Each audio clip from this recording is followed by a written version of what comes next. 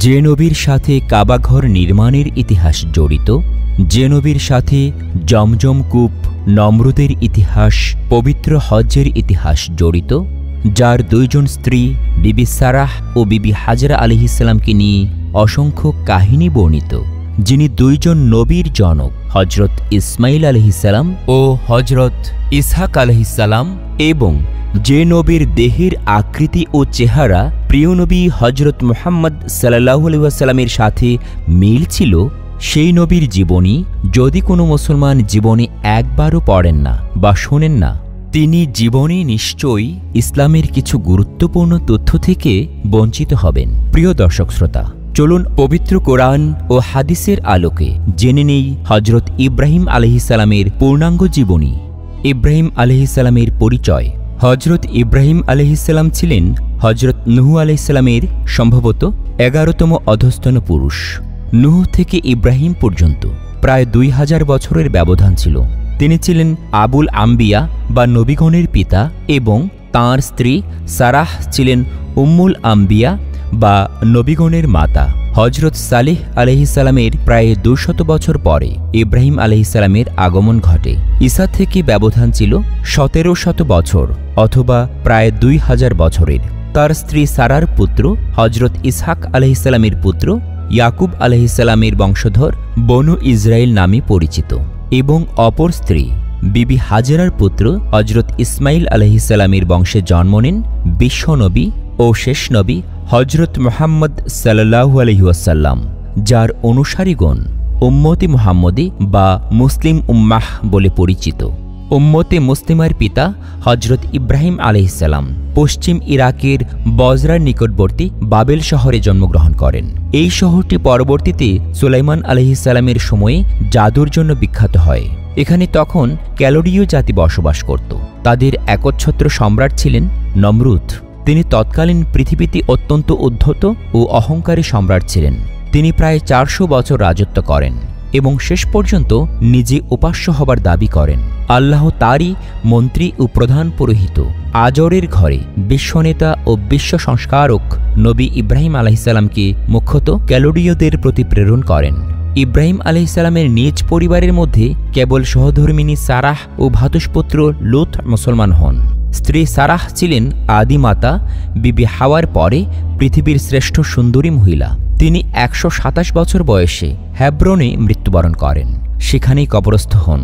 সারার মৃত্যুর পরে ইব্রাহিম কান্তুরা বিনতে ইয়াকতিন ও হাজুন বিনতে আমিন নামে পরপর 2জন নারীকে বিয়ে করেন এবং 6 ও 5 সন্তান, মোট 11টি সন্তান লাভ করেন। তিনি প্রায় 200 বছর জীবন পান বলে কথিত আছে। উল্লেখ্য যে হজরত ইব্রাহিম আলাইহিসসালাম সম্পর্কে পবিত্র কোরআনের 25টি সূরায় 204টি আয়াতে বর্ণিত হয়েছে। আজকে আমরা আয়াতসমূহ থেকে সাধ্যতম সাজে কাহিনী আকারে হজরত ইব্রাহিম আলাইহিসসালামের পূর্ণাঙ্গ জীবন আলোচনা করার চেষ্টা করব ইনশাআল্লাহ। বাবেল হতে তিনি ফিলিস্তিনের কেনানে হিজরত করেন। সেখান থেকে বিবি সারাহ আলাইহিসসালামের বংশজাত নবীগণের মাধ্যমে আশেপাশে সর্বত্র তাওহীদের দাওয়াত বিস্তার লাভ করে। অপর স্ত্রী হাজেরার পুত্র ইসমাইল আলাইহিসসালামের মাধ্যমে বাইতুল্লাহ ও তার আশপাশ এলাকায় তাওহীদের প্রচার ও প্রসার হয়, এবং অবশেষে এখানেই সর্বশেষ ও শ্রেষ্ঠ নবী হজরত মুহাম্মদ সাল্লাল্লাহু আলাইহি ওয়াসাল্লামের আগমন ঘটে। এভাবে ইব্রাহিম আলাইহিসসালামের 2 স্ত্রীর বংশজাত নবীগণ বিশ্বকে তাওহীদের আলোয় আলোকিত করেন। শেষ নবী মুহাম্মদ সাল্লাল্লাহু আলাইহি ওয়াসাল্লামের দেহ সৌষ্ঠব ও চেহারা মোবারক পিতা ইব্রাহিম আলাইহিসসালামের ন্যায় ছিল, যা তিনি মেরাজ থেকে ফিরে এসে উম্মতকে খবর দেন। সামাজিক অবস্থা। হজরত ইব্রাহিম আলাইহিসসালামের আবির্ভাবকালীন সময়ে ক্যালোডীয় সমাজ শিক্ষা ও সভ্যতায় শীর্ষস্থানীয় ছিল। এমনকি তারা সৌরজগৎ নিয়েও গবেষণা করত। কিন্তু অশিলা পূজার রোগে আক্রান্ত হয়ে তারা আল্লাহকে পাবার জন্য বিভিন্ন মূর্তি ও তারকাসমূহের পূজা করত। হজরত ইব্রাহিম আলাইহিসসালাম উভয় ভ্রান্ত বিশ্বাসের বিরুদ্ধে তাওহীদের দাওয়াত নিয়ে প্রেরিত হন। ইব্রাহিম আলাইহিসসালামের দাওয়াত মূর্তি পূজারী কওমের প্রতি সকল নবীর ন্যায় ইব্রাহিম আলাইহিসসালাম স্বীয় কওমকে প্রথমে তাওহীদের দাওয়াত দেন। যেমন আল্লাহ বলেন, স্মরণ করো ইব্রাহিমকে যখন তিনি তার সম্প্রদায়কে বললেন, তোমরা আল্লাহর ইবাদত করো এবং তাঁকে ভয় করো, এটাই তোমাদের জন্য উত্তম। যদি তোমরা বুঝো, তোমরা তো আল্লাহর পরিবর্তে কেবল প্রতিমারই পূজা করছো এবং মিথ্যা উদ্ভাবন করছো। তোমরা আল্লাহর পরিবর্তে যাদের ইবাদত করছো তারা তোমাদের রিজিকের মালিক নয়। কাজেই আল্লাহর নিকটে রিজিক তালাশ করো, তার ইবাদত করো এবং তার প্রতি কৃতজ্ঞতা প্রকাশ করো। তারই নিকটে তোমরা প্রত্যাবর্তিত হবে। ইব্রাহিম আলাইহিসসালাম উক্ত দাওয়াতের মাধ্যমে কেবল আল্লাহর স্বীকৃতি কামনা করেননি, বরং স্বীকৃতির ফলাফল আশা করেছিলেন। অর্থাৎ তারা যেন আল্লাহর আদেশ নিষেধকে মান্য করে এবং কোনো অবস্থায় তা লঙ্ঘন না করে, কেননা স্বীকৃতির বিপরীত কাজ করা তা লঙ্ঘন করার শামিল। হজরত ইব্রাহিম আলাইহিসসালাম দেখতে পেলেন তার নিজের ঘরেই সবচেয়ে বড় মূর্তি পূজারক তার পিতা। যখন তিনি তার পিতাকে বললেন, হে আমার পিতা, তুমি তার পূজা কেন করো যে শোনে না, দেখে না এবং তোমার কোনো উপকারে আসে না? হে আমার পিতা, আমার কাছে এমন জ্ঞান এসেছে যা তোমার কাছে আসেনি, অতএব তুমি আমার অনুসরণ করো, আমি তোমাকে সরল পথ দেখাবো। হে আমার পিতা, শয়তানের পূজা করো না, নিশ্চয় শয়তান দয়াময়ের অবাধ্য। হে আমার পিতা, আমি আশঙ্কা করছি যে দয়াময়ের একটি আযাব তোমাকে স্পর্শ করবে, অতঃপর তুমি শয়তানের বন্ধু হয়ে যাবে। অন্যত্র আল্লাহ বলেন, স্মরণ করো যখন ইব্রাহিম তার পিতা আজরকে বললেন, তুমি কি প্রতিমাসমূহকে উপাস্য মনে করো? আমি দেখতে পাচ্ছি যে তুমি ও তোমার সম্প্রদায় স্পষ্ট বিভ্রান্তির মধ্যে রয়েছ। কিন্তু ইব্রাহিমের এই প্রাণভরা আবেদন পিতা আজরের হৃদয় স্পর্শ করল না। রাষ্ট্রের প্রধান পুরোহিত এবং সম্রাটের মন্ত্রী ও প্রিয়পাত্র হওয়ায় সম্ভবত বিষয়টি তার প্রেস্টিজ ইস্যু হয়। যেমন আল্লাহ বলেন, যখন তাকে বলা হয় আল্লাহকে ভয় করো, তখন তার সম্মান তাকে পাপে স্ফীত করে। অতএব তার জন্য জাহান্নামই যথেষ্ট, আর নিঃসন্দেহে তা হল নিকৃষ্টতম ঠিকানা। বস্তুত অহংকারীদের চরিত্র সর্বত্র ও সর্বযুগে প্রায় একই হয়ে থাকে। পিতার জবাব। পুত্রের আকৃতিপূর্ণ দাওয়াতের উত্তরে পিতা আজর বলল, হে ইব্রাহিম, তুমি কি আমার উপাস্যদের থেকে মুখ ফিরিয়ে নিচ্ছ? যদি তুমি বিরত না হও তবে আমি অবশ্যই পাথর মেরে তোমার মাথা চূর্ণ করে দেব। তুমি আমার সম্মুখ হতে চিরতরের জন্য দূর হয়ে যাও। এরপর ইব্রাহিম আলাইহিসসালামের জবাব। পিতার এই কঠোর ধমকি শুনে পুত্র ইব্রাহিম আলাইহিসসালাম বললেন, তোমার উপর শান্তি বর্ষিত হোক। আমি আমার পালনকর্তার নিকট তোমার জন্য ক্ষমা প্রার্থনা করব। নিশ্চয়ই তিনি আমার প্রতি মেহেরবান। আমি পরিত্যাগ করছি তোমাদেরকে এবং আল্লাহ ব্যতীত যাদের তোমরা পূজা করো তাদেরকে। আমি আমার পালনকর্তাকে আহ্বান করব। আশা করি আমার পালনকর্তাকে আহ্বান করি আমি বঞ্চিত হব না। এবারে বলছি পিতাকে ও নিজ সম্প্রদায়কে একত্রে দাওয়াত। আল্লাহ বলেন, আর তাদেরকে ইব্রাহিমের বৃত্তান্ত শুনিয়ে দিন, যখন সে স্বীয় পিতা ও সম্প্রদায়কে ডেকে বলল, তোমরা কিসের পূজা করো? তারা বলল, আমরা প্রতিমার পূজা করি এবং সর্বদা এদেরকেই নিষ্ঠার সাথে আঁকড়ে থাকি। সে বলল, তোমরা যখন আহ্বান করো তখন তারা শোনে কি? অথবা তারা তোমাদের উপকার বা ক্ষতি করতে পারে কি? তারা বলল, না, তবে আমরা আমাদের বাপ দাদাদের পেয়েছি, তারা এরূপই করত। ইব্রাহিম বলল, তোমরা কি তাদের সম্পর্কে ভেবে দেখেছ যাদের তোমরা পূজা করে আসছো?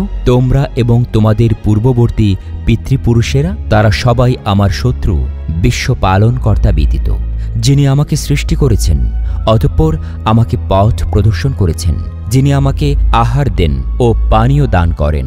যখন আমি পীড়িত হই তখন তিনি আমাকে আরোগ্য দান করেন, যিনি আমার আহার ঘটাবেন, অতঃপর পুনর্জীবন দান করবেন। আশা করি শেষ বিচারের দিন তিনি আমার ত্রুটি বিচ্যুতি ক্ষমা করে দিবেন। হে আমার পালনকর্তা, আমাকে প্রজ্ঞা দান করো এবং আমাকে সৎকর্মশীলদের অন্তর্ভুক্ত করো এবং আমাকে পরবর্তীদের মধ্যে সদ্ভাষী করো। তুমি আমাকে নিয়ামতপূর্ণ জান্নাতের উত্তরাধিকারীদের অন্তর্ভুক্ত করো। হে প্রভু, তুমি আমার পিতাকে ক্ষমা করো, তিনি তো পথভ্রষ্টদের অন্তর্ভুক্ত। পুনরুত্থান দিবসে তুমি আমাকে লাঞ্ছিত করো না, যে দিনে ধন সম্পদ ও সন্তান সন্ততি কোনো কাজে আসবে না। কিন্তু যে ব্যক্তি সরল হৃদয় নিয়ে আল্লাহর কাছে আসবে, জান্নাত আল্লাহ ভীরুদের নিকটবর্তী করা হবে এবং জাহান্নাম বিপদগামীদের সামনে উন্মোচিত হবে। ওই দিন তাদেরকে বলা হবে, তারা কোথায় যাদেরকে তোমরা পূজা করতে? আল্লাহর পরিবর্তে তারা কি তোমাদের সাহায্য করতে পারে? কিংবা তারা কি কোনোরূপ প্রতিশোধ নিতে পারে? অতঃপর তাদেরকে এবং তাদের মাধ্যমে পথভ্রষ্টদেরকে অধোমুখী করে নিক্ষেপ করা হবে জাহান্নামে, এবং ইবলিস বাহিনীর সকলকে তারা সেখানে ঝগড়ায় লিপ্ত বলবে, আল্লাহর কসম, আমরা প্রকাশ্য ভ্রান্তিতে ছিলাম যখন আমরা তোমাদেরকে অর্থাৎ কথিত উপাস্যদেরকে বিশ্বপালকের সমতুল্য গণ্য করতাম। আসলে আমাদেরকে পাপাচারীরাই পথভ্রষ্ট করেছিল। ফলে আজ আমাদের কোনো সুপারিশকারী নেই এবং কোনো সহৃদয় বন্ধুও নেই। হায়, যদি কোনোরূপে আমরা পৃথিবীতে ফিরে যাবার সুযোগ পেতাম তাহলে আমরা ঈমানদারগণের অন্তর্ভুক্ত হয়ে যেতাম। নিশ্চয় এ ঘটনার মধ্যে নিদর্শন রয়েছে, বস্তুত তাদের অধিকাংশই বিশ্বাসী ছিল না। নিশ্চয়ই আপনার পালনকর্তা পরাক্রান্ত ও দয়ালু। স্বীয় পিতা ও সম্প্রদায়ের নিকটে ইব্রাহিম আলাইহিসসালামের দাওয়াত ও তাদের জবাবকে আল্লাহ অন্যত্র নিম্নরূপে বর্ণনা করেন, যেমন ইব্রাহিম স্বীয় পিতা ও সম্প্রদায়কে বলল, এই মূর্তিগুলো কি যাদের তোমরা পূজারী হয়ে বসে আছো? তারা বলল, আমরা আমাদের বাপদাদাদেরকে এরূপ পূজা করতে দেখেছি। সে বলল, তোমরা প্রকাশ্য গোমরাহিতে লিপ্ত আছো এবং তোমাদের বাপদাদারাও। তারা বলল, তুমি কি আমাদের কাছে সত্যসহ এসেছ না কেবল কৌতুক করছো? সে বলল, না, তিনি তোমাদের পালনকর্তা, যিনি নভমণ্ডল ও ভূমণ্ডলের পালনকর্তা, যিনি এগুলো সৃষ্টি করেছেন, এবং আমি এ বিষয়ে তোমাদের উপর অন্যতম সাক্ষ্যদাতা।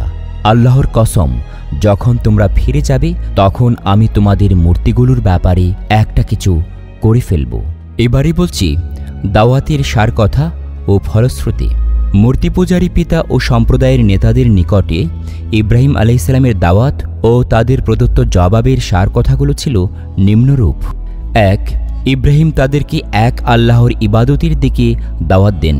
তিনি মূর্তি পূজার অসারতার বিষয়টি তাদের সামনে বলে দেন। ২. মূর্তি পূজারীদের কোনো সঙ্গত জবাব ছিল না। তারা কেবল একটা কথাই বলেছিল যে এটা আমাদের বাপদাদাদের আমল থেকে চলে আসা প্রথা। ৩.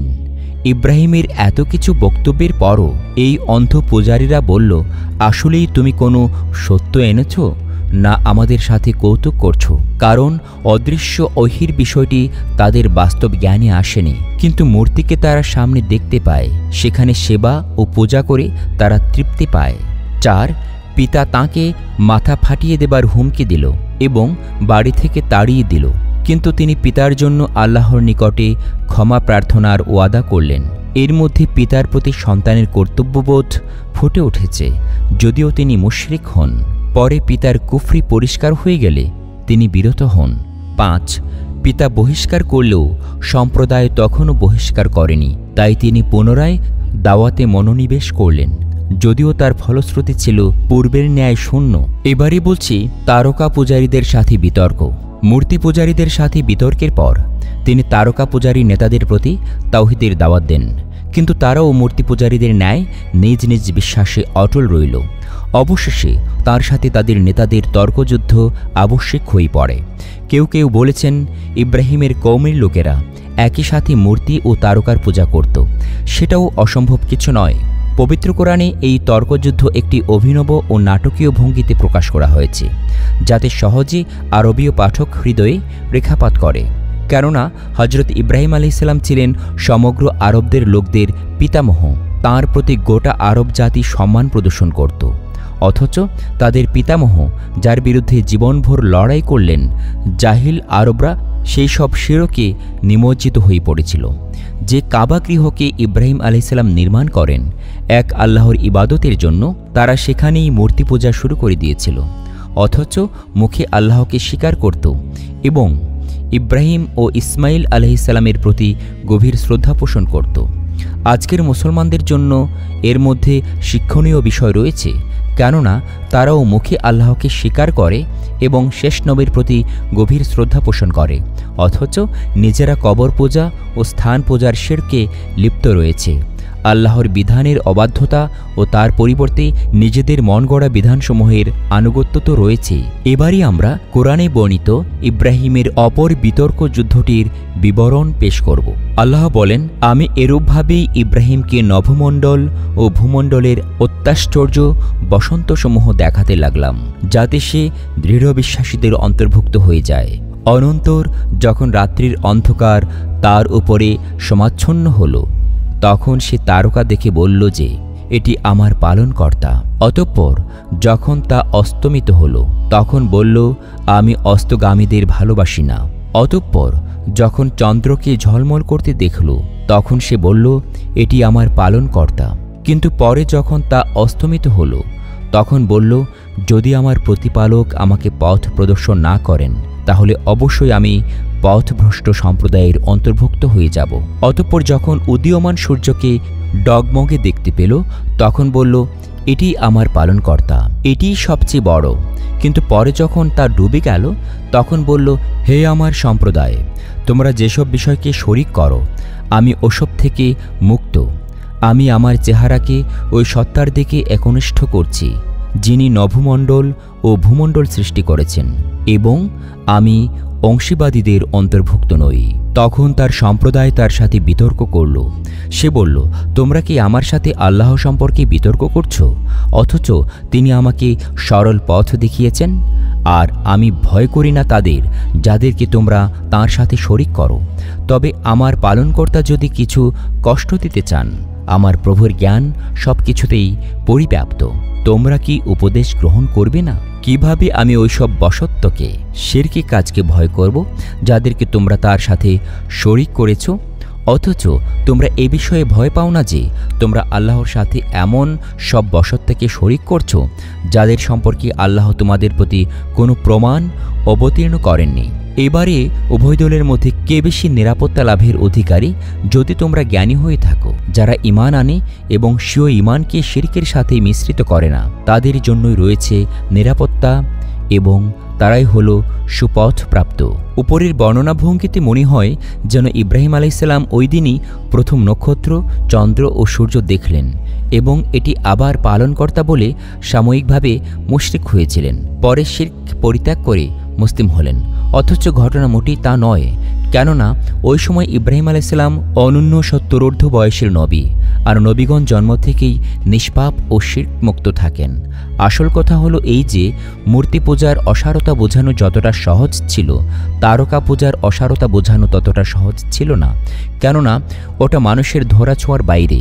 আর ইব্রাহিম আলাইহিসসালাম এখানেই বৈজ্ঞানিক পন্থা বেছে নিলেন এবং জনগণের সহজবোধ্য এমন একটি প্রমাণ উপস্থাপন করলেন, যাতে তাদের লাজবাব হওয়া ব্যতীত কোনো উপায় ছিল না। তিনি সৌরজগতের গতি প্রকৃতি যে আল্লাহর হুকুমের অধীন, সে কথা না বলে তাদের অস্তমিত হওয়ার বিষয়টিকে প্রমাণ হিসাবে পেশ করেন, কারণ এটাই ছিল তাদের জন্য সহজবোধ্য। তিনি বলেন, যা ক্ষয়ে যায়, ডুবে যায়, হারিয়ে যায়, নিজেকে টিকিয়ে রাখতে পারে না, ধরে রাখতে পারে না, বরং দৈনিক ওঠে আর ডুবে, সে কখনো মানুষের প্রতিপালক হতে পারে না, বরং সর্বোচ্চ পালনকর্তা কেবল তিনিই হতে পারেন, যিনি এসব কিছুর সৃষ্টিকর্তা ও বিধানদাতা, আর তিনি হলেন আল্লাহ। আমি তাঁর দিকেই ফিরে গেলাম, এবং বাপদাদার আমল থেকে তোমরা যে শিরক করে আসছো, আমি তা থেকে নিজেকে মুক্ত ঘোষণা করলাম। বলা বাহুল্য, এর অন্তর্নিহিত দাওয়াত ছিল এই যে, হে আমার জাতি, তোমরাও আমার মতো আল্লাহর দিকে ফিরে এসো এবং শিরক হতে মুক্ত হও। কিন্তু ইব্রাহিমের এই তর্কযুদ্ধ নিষ্ফল হল। সম্প্রদায়ের নেতারা নিজ নিজ মতের উপর দৃঢ় রইল, কেউ তার আহ্বানে সাড়া দিল না। এবার একটি সংশয় ও তার জবাব সম্পর্কে বলছে। ইব্রাহিম আলাইহিসসালামের শিশুকালে জ্ঞান বুদ্ধি বয়স হবার সময়কার ঘটনা, নাকি নবী হবার পরের তর্কানুষ্ঠান, এ বিষয়ে বিদ্বানগণ মতভেদ করেছেন। ইবনু জারির প্রথমোক্ত মত পোষণ করেন। তিনি এ বিষয়ে আলী ইবনে তালহার সূত্রে ইবনু আব্বাস রাদিয়াল্লাহু তাআলা আনহু-এর বর্ণনা পেশ করেছেন। তবে এই বর্ণনাটির সনদ মুহাম্মদ ইবনে ইসহাক বর্ণিত কিছু অলৌকিক ঘটনা উল্লেখিত হয়েছে, যা উক্ত মতকে সমর্থন করে। যেমন, বাদশাহ নমরুদ যখন জানতে পারেন যে অচিরেই একটি পুত্র সন্তান জন্মলাভ করবে, যে তার রাজ্য হারানোর কারণ হবে, তখন তিনি নবজাতক সকল পুত্র সন্তানকে হত্যা করার নির্দেশ জারি করেন। ইব্রাহিমের মা তখন একটি পাহাড়ের গোপন গুহায় লুকিয়ে ইব্রাহিমকে প্রসব করেন এবং ইব্রাহিম একাকী সেখানে বড় হন। ইব্রাহিমের এক আঙ্গুল দিয়ে দুধ বের হতো, এক আঙ্গুল দিয়ে মধু বের হতো ও এক আঙ্গুল দিয়ে পানি বের হতো। এভাবে তিনি সেখানে 3 বছর কাটান। তারপর তিনি সেখান থেকে বের হয়ে এসে মাকে বলেন, আমার প্রভুকে? মা বললেন, নমরুদ। তিনি বললেন, নমরুদের প্রভুকে? অথচ মা তাকে চড় মারলেন এবং তিনি বুঝলেন এটি হলো সেই ছেলে যার সম্পর্কে বাদশাহ নমরুদ আগেই স্বপ্ন দেখাচ্ছেন। সুদ্দি, জাহাক প্রমুখের বরাতে কাসাসুল আম্বিয়ার মধ্যে এ ধরনের অনেক অলৌকিক ঘটনা বর্ণনা করেছেন। অতঃপর ইব্রাহিম গুহা থেকে বের হয়ে প্রথম তারকা দেখলেন, তারপর চন্দ্র দেখলেন, তারপর সূর্য দেখলেন। অতঃপর সব কিছুর ডুবে যাওয়া দেখে নিজেই সিদ্ধান্ত নিলেন যে প্রকৃত পালনকর্তা তিনি, যিনি এগুলোকে সৃষ্টি করেছেন। ইবনু জারির দলিল এনেছেন ইব্রাহিমের এ কথা দ্বারা, যেখানে তিনি বলেছেন, আমার প্রতিপালক আমাকে পথ না দেখান, তাহলে অবশ্যই আমি পথভ্রষ্টদের অন্তর্ভুক্ত হয়ে যাব। ইবনু কাসির বলেন, বরং সঠিক কথা এই যে ইব্রাহিমের উপরোক্ত ঘটনা ছিল তার কওমের সাথে একটি তর্কানুষ্ঠান মাত্র। এটি কখনোই তার শিশুকালের ঘটনা নয় এবং তিনি ক্ষণিকের তরেও কখনো মুশরিক হননি, কেননা তার সম্পর্কে আল্লাহ বলেন, নিশ্চয়ই ইব্রাহিম ছিলেন একটি উম্মত এবং আল্লাহর প্রতি অনুগত ও একনিষ্ঠ, আর তিনি কখনোই মুশরিকদের অন্তর্ভুক্ত ছিলেন না। তাছাড়া প্রত্যেক মানব শিশুই জন্মগতভাবে আল্লাহর প্রতি একনিষ্ঠ থাকে। যেমন আল্লাহ বলেন, আমি আমার বান্দাদের সৃষ্টি করি আল্লাহর প্রতি একনিষ্ঠ হিসাবে। সাধারণ মানব শিশু যদি এরূপ হয়, তাহলে শিশু ইব্রাহিম কেন মুশরিক হবেন? আর এটা যে কওমের নেতাদের সাথে তার একটি তর্কানুষ্ঠান ছিল, তার বড় প্রমাণ এই যে বলা হয়েছে তার কওম তার সাথে বিতর্ক করল। তাছাড়া তর্ক শেষে তিনি তাদের উদ্দেশ্যে বললেন, হে আমার সম্প্রদায়, তোমরা যেসব বিষয়কে শরিক করো আমি ওসব থেকে মুক্ত। বলা বাহুল্য, তারকা পূজারী নেতাদের সাথে ইব্রাহিম আলাইহিসসালামের বিতর্কের ঘটনাটি কোরআন অত্যন্ত উঁচু মানের আলংকারিক ভঙ্গিতে বর্ণনা করেছে, যা একটি বাস্তব ও অতুলনীয় বাণীচিত্র রূপ ধারণ করেছে। যেমন ইব্রাহিম আলাইহিসসালাম উক্ত নেতাদের বলেছেন, তোমাদের ধারণা অনুযায়ী ধরে নিলাম আকাশের ওই নক্ষত্র, চন্দ্র ও সূর্য সকলেই আমার রব, কিন্তু ওরা তো ডুবে গেল। যারা নিজেরা ডুবে যায় তারা আমাকে বা তোমাদেরকে কিভাবে রক্ষা করবে? অতঃপর আমি তোমাদের শিরকি আকীদা হতে মুক্ত। আমি এদের সৃষ্টিকর্তা আল্লাহর প্রতি একনিষ্ঠ ও অনুগত রইলাম। তোমরাও এদিকে ফিরে এসো। যেমন কিয়ামতের দিন আল্লাহ মুশরিকদের ডেকে বলবেন, তোমাদের ধারণা অনুযায়ী আমার শরিকরা কোথায়? অর্থাৎ তোমাদের দাবি অনুযায়ী ওরা আমার শরিক, অথচ আল্লাহর কোনো শরিক নেই। এবারই বলছি ইব্রাহিম আলাইহিসসালামের মূর্তি ভাঙ্গার ঘটনা। জ্ঞানীদের ইশারাই যথেষ্ট, কিন্তু মানুষ যখন কোনো কিছুর প্রতি অন্ধভক্তি পোষণ করে তখন শত যুক্তিও কোনো কাজ করে না।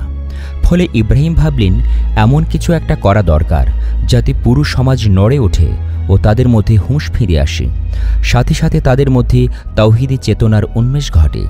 সে মতে তিনি সম্প্রদায়ের কেন্দ্রীয় দেব মন্দিরে গিয়ে মূর্তিগুলো ভেঙে ফেলার সংকল্প করলেন। ইব্রাহিম আলাইহিসসালাম এর সম্প্রদায় বছরের একটা বিশেষ দিনে উৎসব পালন করত ও সেখানে নানারূপ অপচয় ও অশোভন কাজ করত। এইসব মেলায় সঙ্গত কারণেই কোনো নবীর যোগদান করা সম্ভব নয়। কওমের লোকেরা তাকে উক্ত মেলায় যোগদানের আমন্ত্রণ জানালো, কিন্তু তিনি অসুস্থতার অজুহাত দেখিয়ে সেখানে যেতে অপারগতা প্রকাশ করলেন। অতঃপর তিনি ভাবলেন, আজকের এই সুযোগে আমি ওদের দেব মন্দিরে প্রবেশ করে মূর্তিগুলোকে ভেঙে চুরমার করে দেব, যাতে ওরা ফিরে এসে ওদের মিথ্যা উপাস্যদের অসহায়ত্বের বাস্তব দৃশ্য দেখতে পায়। হয়তোবা এতে তাদের অনেকের মধ্যে হুঁশ ফিরবে এবং আল্লাহর প্রতি ঈমান জাগ্রত হবে ও শিরক থেকে তওবা করবে। অতঃপর তিনি দেবালয়ে ঢুকে পড়লেন ও দেবদেবীদের দিকে লক্ষ্য করে বললেন, তোমাদের সামনে এমন নজর, নেয়াজ ও ভোগ নৈবেদ্য রয়েছে, অথচ তোমরা তা খাচ্ছ না কেন? কি ব্যাপার, তোমরা কথা বলছো না কেন? তারপর তিনি ডান হাতে রাখা সম্ভবত কোড়াল দিয়ে ভীষণ জোরে আঘাত করে সবগুলোকে গুঁড়িয়ে দিলেন। তবে বড় মূর্তিটাকে পূর্বাবস্থায় রেখে দিলেন যাতে লোকেরা তার কাছে ফিরে আসে। মেলা শেষে লোকজন ফিরে এলো এবং যথারীতি দেব মন্দিরে গিয়ে প্রতিমাগুলোর অবস্থা দেখে হতবাক হয়ে গেল। তারা বলা বলি করতে লাগলো, এটা নিশ্চয়ই ইব্রাহিমের কাজ, কেননা তাকেই আমরা সবসময় মূর্তি পূজার বিরুদ্ধে বলতে শুনি। অতঃপর ইব্রাহিমকে সেখানে ডেকে আনা হলো এবং জিজ্ঞেস করল, হে ইব্রাহিম, তুমি কি আমাদের উপাস্যদের সাথে এরকম আচরণ করেছ? ইব্রাহিম বললেন, বরং ওই বড় মূর্তিটাই এই কাজ করেছে, নইলে এদেরকে জিজ্ঞেস করো যদি তারা কথা বলতে পারে।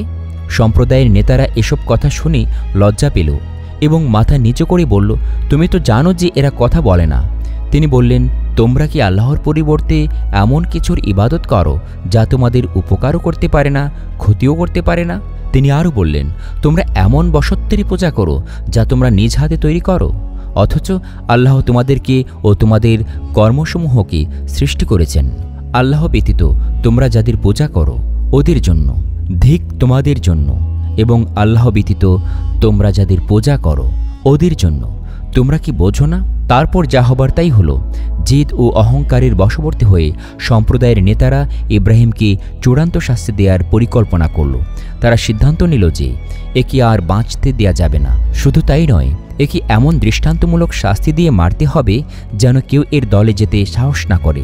তারা তাকে জীবন্ত পুড়িয়ে মারার প্রস্তাব গ্রহণ করল এবং সেটা বাদশাহ নমরুদের কাছে পেশ করল। সম্রাটের মন্ত্রী ও দেশের প্রধান পুরোহিতের ছেলে ইব্রাহিম, অতএব তাকে সরাসরি সম্রাটের দরবারে আনা হলো। এবারে বলছি নমরুদের সঙ্গে বিতর্ক ও অগ্নি পরীক্ষা। ইব্রাহিম আলাইহিসসালাম এটাকে সর্বোচ্চ পর্যায়ে তাওহীদের দাওয়াত দেওয়ার সুযোগ হিসাবে গ্রহণ করলেন। নমরুদ 400 বছর ধরে রাজত্ব করত। সে উদ্ধত ও অহংকারী হয়ে উঠেছিল এবং নিজেকে একমাত্র উপাস্য ভেবেছিল। তাই সে ইব্রাহিমকে জিজ্ঞেস করল, বলো তোমার উপাস্যকে। নমরুদ ভেবেছিল ইব্রাহিম তাকেই উপাস্য বলে স্বীকার করবে, কিন্তু নির্ভীক কণ্ঠে ইব্রাহিম আলাইহিসসালাম জবাব দিলেন, আমার পালনকর্তা তিনি, যিনি মানুষকে বাঁচান ও মারেন। মোটা বুদ্ধির নমরুদ বলল, আমিও বাঁচাই ও মারি, অর্থাৎ মৃত্যুদণ্ডপ্রাপ্ত আসামিকে খালাস দিয়ে মানুষকে বাঁচাতে পারি, আবার খালাসের আসামিকে মৃত্যুদণ্ড দিতে পারি। এভাবে সে নিজেকেই মানুষের বাঁচা মরার মালিক হিসাবে সাব্যস্ত করল। ইব্রাহিম তখন দ্বিতীয় মুক্তির পেশ করে বললেন, আমার আল্লাহ সূর্যকে পূর্ব থেকে উদিত করেন, আপনি তাকে পশ্চিম দিক হতে উদিত করুন। অতঃপর কাফের নমরুদ এতে হতবুদ্ধি হয়ে পড়ল। কৌমের নেতারাই যেখানে পরাজয়কে মেনে নেয়নি, সেখানে দেশের একচ্ছত্র সম্রাট কেন পরাজয়কে মেনে নেবেন?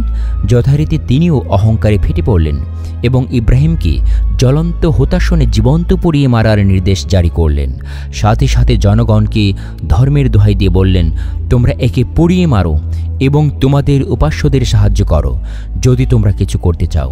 উল্লেখ্য যে কোরআন কোথাও নমরুদের নাম উল্লেখ করেনি এবং সে যে নিজেকে সর্বোচ্চ উপাস্য দাবি করেছিল এমন কথাও স্পষ্টভাবে বলেনি।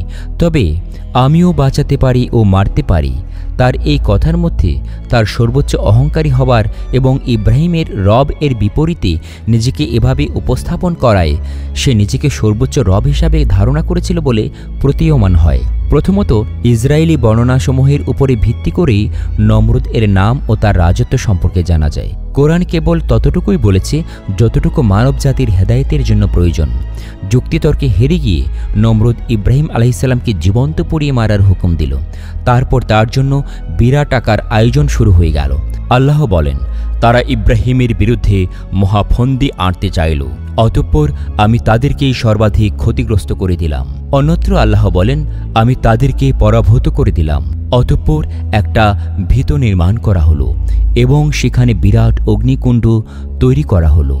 তারপর সেখানে তাকে নিক্ষেপ করা হলো। সহিহ বুখারীতে হযরত আব্দুল্লাহ ইবনে আব্বাস রাদিয়াল্লাহু তাআলা আনহু হতে বর্ণিত হয়েছে যে জ্বলন্ত অগ্নিকুণ্ডে নিক্ষেপের সময় ইব্রাহিম আলাইহিস সালাম বলে ওঠেন, আমার জন্য আল্লাহই যথেষ্ট, তিনি কতই না সুন্দর তত্ত্বাবধায়ক। একটি প্রার্থনা শেষ নবী মুহাম্মদ সাল্লাল্লাহু আলাইহি ওয়াসাল্লাম বলেছিলেন, ওহদ যুদ্ধে আহত মুজাহিদগণ যখন শুনতে পান যে আবু সুফিয়ান মক্কায় ফিরে না গিয়ে পুনরায় ফিরে আসছে মদিনার মুসলিম শক্তিকে নিশ্চিহ্ন করার জন্য, তখন হামরাউল আসাদি উপনীত তার পশ্চাদ্ধাবনকারী 70 জন আহত সাহাবীর ক্ষুদ্র দল রাসূলের সাথে সমস্বরে বলে উঠেছিল, আমাদের জন্য আল্লাহই যথেষ্ট, তিনি কত না সুন্দর তত্ত্বাবধায়ক। ঘটনাটি কোরআনেও বর্ণিত হয়েছে। এভাবে পিতা ইব্রাহিম আলাইহিসসালাম ও পুত্র মুহাম্মদ সাল্লাল্লাহু আলাইহি ওয়াসাল্লামের বিপদ মুহূর্তের বক্তব্যে শব্দে শব্দে মিল হয়ে যায়। তবে সার্বিক প্রচেষ্টার সাথেই কেবল উক্ত দোয়া পাঠ করতে হবে, নইলে কেবল দোয়া পড়ে নিষ্ক্রিয় বসে থাকলে চলবে না। যেমন ইব্রাহিম আলাইহিসসালাম সর্বোচ্চ পর্যায়ে দাওয়াত দিয়ে চূড়ান্ত বিপদের সময়ও দোয়া করেছিলেন এবং রাসূলুল্লাহ সাল্লাল্লাহু আলাইহি ওয়াসাল্লাম বিরোধী পক্ষের সেনাপতি আবু সুফিয়ানের পশ্চাদ্ধাবনের পরেই উক্ত দোয়া পড়েছিলেন। বস্তুত এই কঠিন মুহূর্তের পরীক্ষায় জয়লাভ করার পুরস্কার স্বরূপ সাথে সাথে আল্লাহর নির্দেশ এলো, হে আগুন ঠান্ডা হয়ে যাও এবং ইব্রাহিমের উপর শান্তিদায়ক হয়ে যাও। অতঃপর ইব্রাহিম মুক্তি পেলেন। অগ্নি পরীক্ষায় উত্তীর্ণ হয়ে ইব্রাহিম আলাইহিসসালাম ফিরে আসেন এবং এভাবে আল্লাহ কাফিরদের সমস্ত কৌশল বরবাদ করে দেন। এরপর শুরু হলো জীবনের আরেক অধ্যায়। এবারে বলছি কেনানের জীবন। জন্মভূমি বাবেল শহরে জীবনের প্রথমাংশ অতিবাহিত করার পর হিজরতভূমি শ্যামের কেনানেই তিনি জীবনের বাকি অংশ কাটাতে শুরু করেন। তার জীবনের অন্যান্য পরীক্ষাসমূহ এখানেই অনুষ্ঠিত হয়। কিছুদিন অতিবাহিত হবার পর এখানে শুরু হয় দুর্ভিক্ষ। মানুষ সব দলে দলে ছুটতে থাকে মিশরের দিকে। মিশর তখন ফেরাউনদের শাসনাধীনে ছিল। উল্লেখ্য যে মিশরের শাসকদের উপাধি ছিল ফেরাউন। ইব্রাহিম ও মুসার সময় মিশর ফেরাউনদের শাসনাধীনে ছিল। মাঝখানে ইউসুফ আলাইহিসসালামের সময়ে 200 বছরের জন্য মিশর হাকসুস রাজাদের অধীনস্থ ছিল, যা ছিল ঈসা আলাইহিসসালামের আবির্ভাবের প্রায় 2000 বছর আগেকার ঘটনা। এবারে বলছি কেনানে প্রত্যাবর্তন সম্পর্কিত ঘটনাবলী। ইব্রাহিম আলাইহিসসালাম যথারীতি মিশর থেকে কেনানে ফিরে এলেন। বন্ধা স্ত্রী সারা তার খাদেম হাজেরাকে প্রাণপ্রিয় স্বামী ইব্রাহিমকে উৎসর্গ করলেন। ইব্রাহিম তাকে দ্বিতীয় স্ত্রী হিসাবে বরণ করে নিলেন। পরে দ্বিতীয় স্ত্রী হাজেরার গর্ভে জন্মগ্রহণ করেন তার প্রথম সন্তান ইসমাইল আলাইহিসসালাম। এই সময় ইব্রাহিমের বয়স ছিল অনন্য 86 বছর। নিঃসন্তান পরিবারে আনন্দের বন্যা বয়ে গেল। শুষ্ক মরুতে যেন প্রাণীর জোয়ার এলো। বস্তুত ইসমাইল ছিলেন নিঃসন্তান ইব্রাহিমের দুয়ার ফসল, কেননা তিনি বৃদ্ধ বয়সে আল্লাহর নিকট নেককার সন্তান কামনা করেছিলেন। এবারে বলছি কেনানি জীবনের বেশ কয়েকটি পরীক্ষা। প্রথম পরীক্ষা দুর্ভিক্ষে পতিত হয়ে মিশর গমন। ইসলামী আন্দোলনে দাওয়াত ও হিজরত অঙ্গাঙ্গিভাবে জড়িত। তৎকালীন পৃথিবীর সমৃদ্ধতম নগরী ছিল বাবেল, যা বর্তমানে বাগদাদ নামে পরিচিত। তাওহীদের দাওয়াত দিয়ে এবং মূর্তি পূজারী ও তারকা পূজারী নেতাদের সাথে তর্কযুদ্ধে জয়ী হয়ে অবশেষে অগ্নি পরীক্ষায় উত্তীর্ণ হওয়ার ফলে ইব্রাহিমের দাওয়াত ও তার প্রভাব সকলের নিকট পৌঁছে গিয়েছিল। যদিও সমাজপতি ও শাসকদের অত্যাচারের ভয়ে প্রকাশ্যে কেউ ইসলাম কবুলের ঘোষণা দেয়নি, কিন্তু তাওহীদের দাওয়াত তৃণমূল পর্যায়ে পৌঁছে গিয়েছিল এবং তা সাধারণ জনগণের হৃদয়ে আসন গেড়ে নিয়েছিল। অতএব এবার অন্যত্র দাওয়াতের পালা। ইব্রাহিম আলাইহিসসালাম 70 বয়সে অগ্নি পরীক্ষার সম্মুখীন হন। এই দীর্ঘদিন দাওয়াত দেওয়ার পরেও নিজের স্ত্রী সারাহ ও ভাতিজা লুত ব্যতীত কেউ প্রকাশ্যে ঈমান আনেনি। ফলে পিতা ও সম্প্রদায় কর্তৃক প্রত্যাখ্যাত হয়ে তিনি আল্লাহর হুকুমে হিজরতের সিদ্ধান্ত নেন। যাওয়ার পূর্বে তিনি নিজ সম্প্রদায়কে ডেকে যে বিদায়ী ভাষণ দেন, তার মধ্যে সকল যুগের তাওহীদবাদীগণের জন্য গুরুত্বপূর্ণ শিক্ষণীয় বিষয় লুকিয়ে রয়েছে। ইব্রাহিমের হিজরত পূর্ব বিদায়ী ভাষণ আল্লাহর ভাষায়। তোমাদের জন্য ইব্রাহিম ও তার সাথীদের মধ্যে উত্তম আদর্শ নিহিত রয়েছে। যখন তারা তাদের সম্প্রদায়কে বলেছিল, আমরা সম্পর্ক ছিন্ন করছি তোমাদের সাথে এবং তাদের সাথে যাদেরকে তোমরা পূজা করো, আল্লাহকে বাদ দিয়ে আমরা তোমাদেরকে প্রত্যাখ্যান করছি এবং আমাদেরও তোমাদের মাঝে স্থায়ী শত্রুতা ও বিদ্বেষ বিঘোষিত হল যতদিন না তোমরা কেবলমাত্র এক আল্লাহর উপর বিশ্বাস স্থাপন করবে। প্রভু হে, আমরা কেবল তোমার উপরই ভরসা করছি এবং তোমার দিকেই মুখ ফিরাচ্ছি ও তোমার নিকটেই আমাদের প্রত্যাবর্তন স্থল। এরপর তিনি কওমকে উদ্দেশ্য করে বললেন, আমি চললাম আমার প্রভুর পানে, সত্বর তিনি আমাকে পথ দেখাবেন। অতঃপর তিনি চললেন দিশাহীন যাত্রাপথে। আল্লাহ বলেন, আর আমি তাকে ও লুতকে উদ্ধার করে নিয়ে গেলাম সেই দেশে যেখানে বিশ্বের জন্য কল্যাণ রেখেছি। এখানে তার সাথী বিবি সারার কথা বলা হয়নি। নারীর গোপনীয়তা রক্ষার শিষ্টাচারের প্রতি খেয়াল করে আধুনিক নারীবাদীদের জন্য এর মধ্যে শিক্ষণীয় বিষয় রয়েছে। অতঃপর আল্লাহ তাঁকে এবং তার স্ত্রী সারা ও ভাতিজা লুতকে পথ প্রদর্শন করে নিয়ে গেলেন পার্শ্ববর্তী দেশ শ্যাম বা সিরিয়ার অন্তর্গত বাইতুল মুকাদ্দাসের অদূরে কেনান নামক স্থানে, যা এখন তার নামানুসারে খলিল নামে পরিচিত হয়েছে। ওই সময় সেখানে বাইতুল মুকাদ্দাসের অস্তিত্ব ছিল না। এখানে ইব্রাহিম আলাইহিসসালাম বাকি জীবন অতিবাহিত করেন ও এখানেই কবরস্থ হন। এখানে হিজরতের সময় তার বয়স ৮০ থেকে ৮৫-এর মধ্যে ছিল এবং বিবি সারার ৭০ থেকে ৭৫-এর মধ্যে। সঙ্গী ভাতিজা লুতকে আল্লাহ নবুয়ত দান করেন ও তাকে পার্শ্ববর্তী সমৃদ্ধ নগরী সাদুম সহ ৫টি নগরীর লোকদের হেদায়েতের উদ্দেশ্যে পাঠানো হয়। তিনি সেখানেই বসবাস করেন। ফলে ইব্রাহিমের জীবনে নিঃসঙ্গতার এক কষ্টকর অধ্যায় শুরু হয়। এবারে বলছি কেনানি জীবনের দ্বিতীয় পরীক্ষা, সারাকে অপহরণ। দুর্ভিক্ষ জড়িত কেনান হতে অন্যান্যদের ন্যায় ইব্রাহিম আলাইহিসসালাম সস্ত্রীক হিসাবে সস্ত্রীক মিশরে রওনা হলেন। ইচ্ছা করলে আল্লাহ তার জন্য এখানেই রুজি পাঠাতে পারতেন, কিন্তু না, তিনি মিশরে কষ্টকর সফরে রওনা হলেন। সেখানে তাঁর জন্য অপেক্ষা করছিল এক কঠিন ও মর্মান্তিক পরীক্ষা এবং সাথে সাথে একটি নগদ ও অমূল্য পুরস্কার।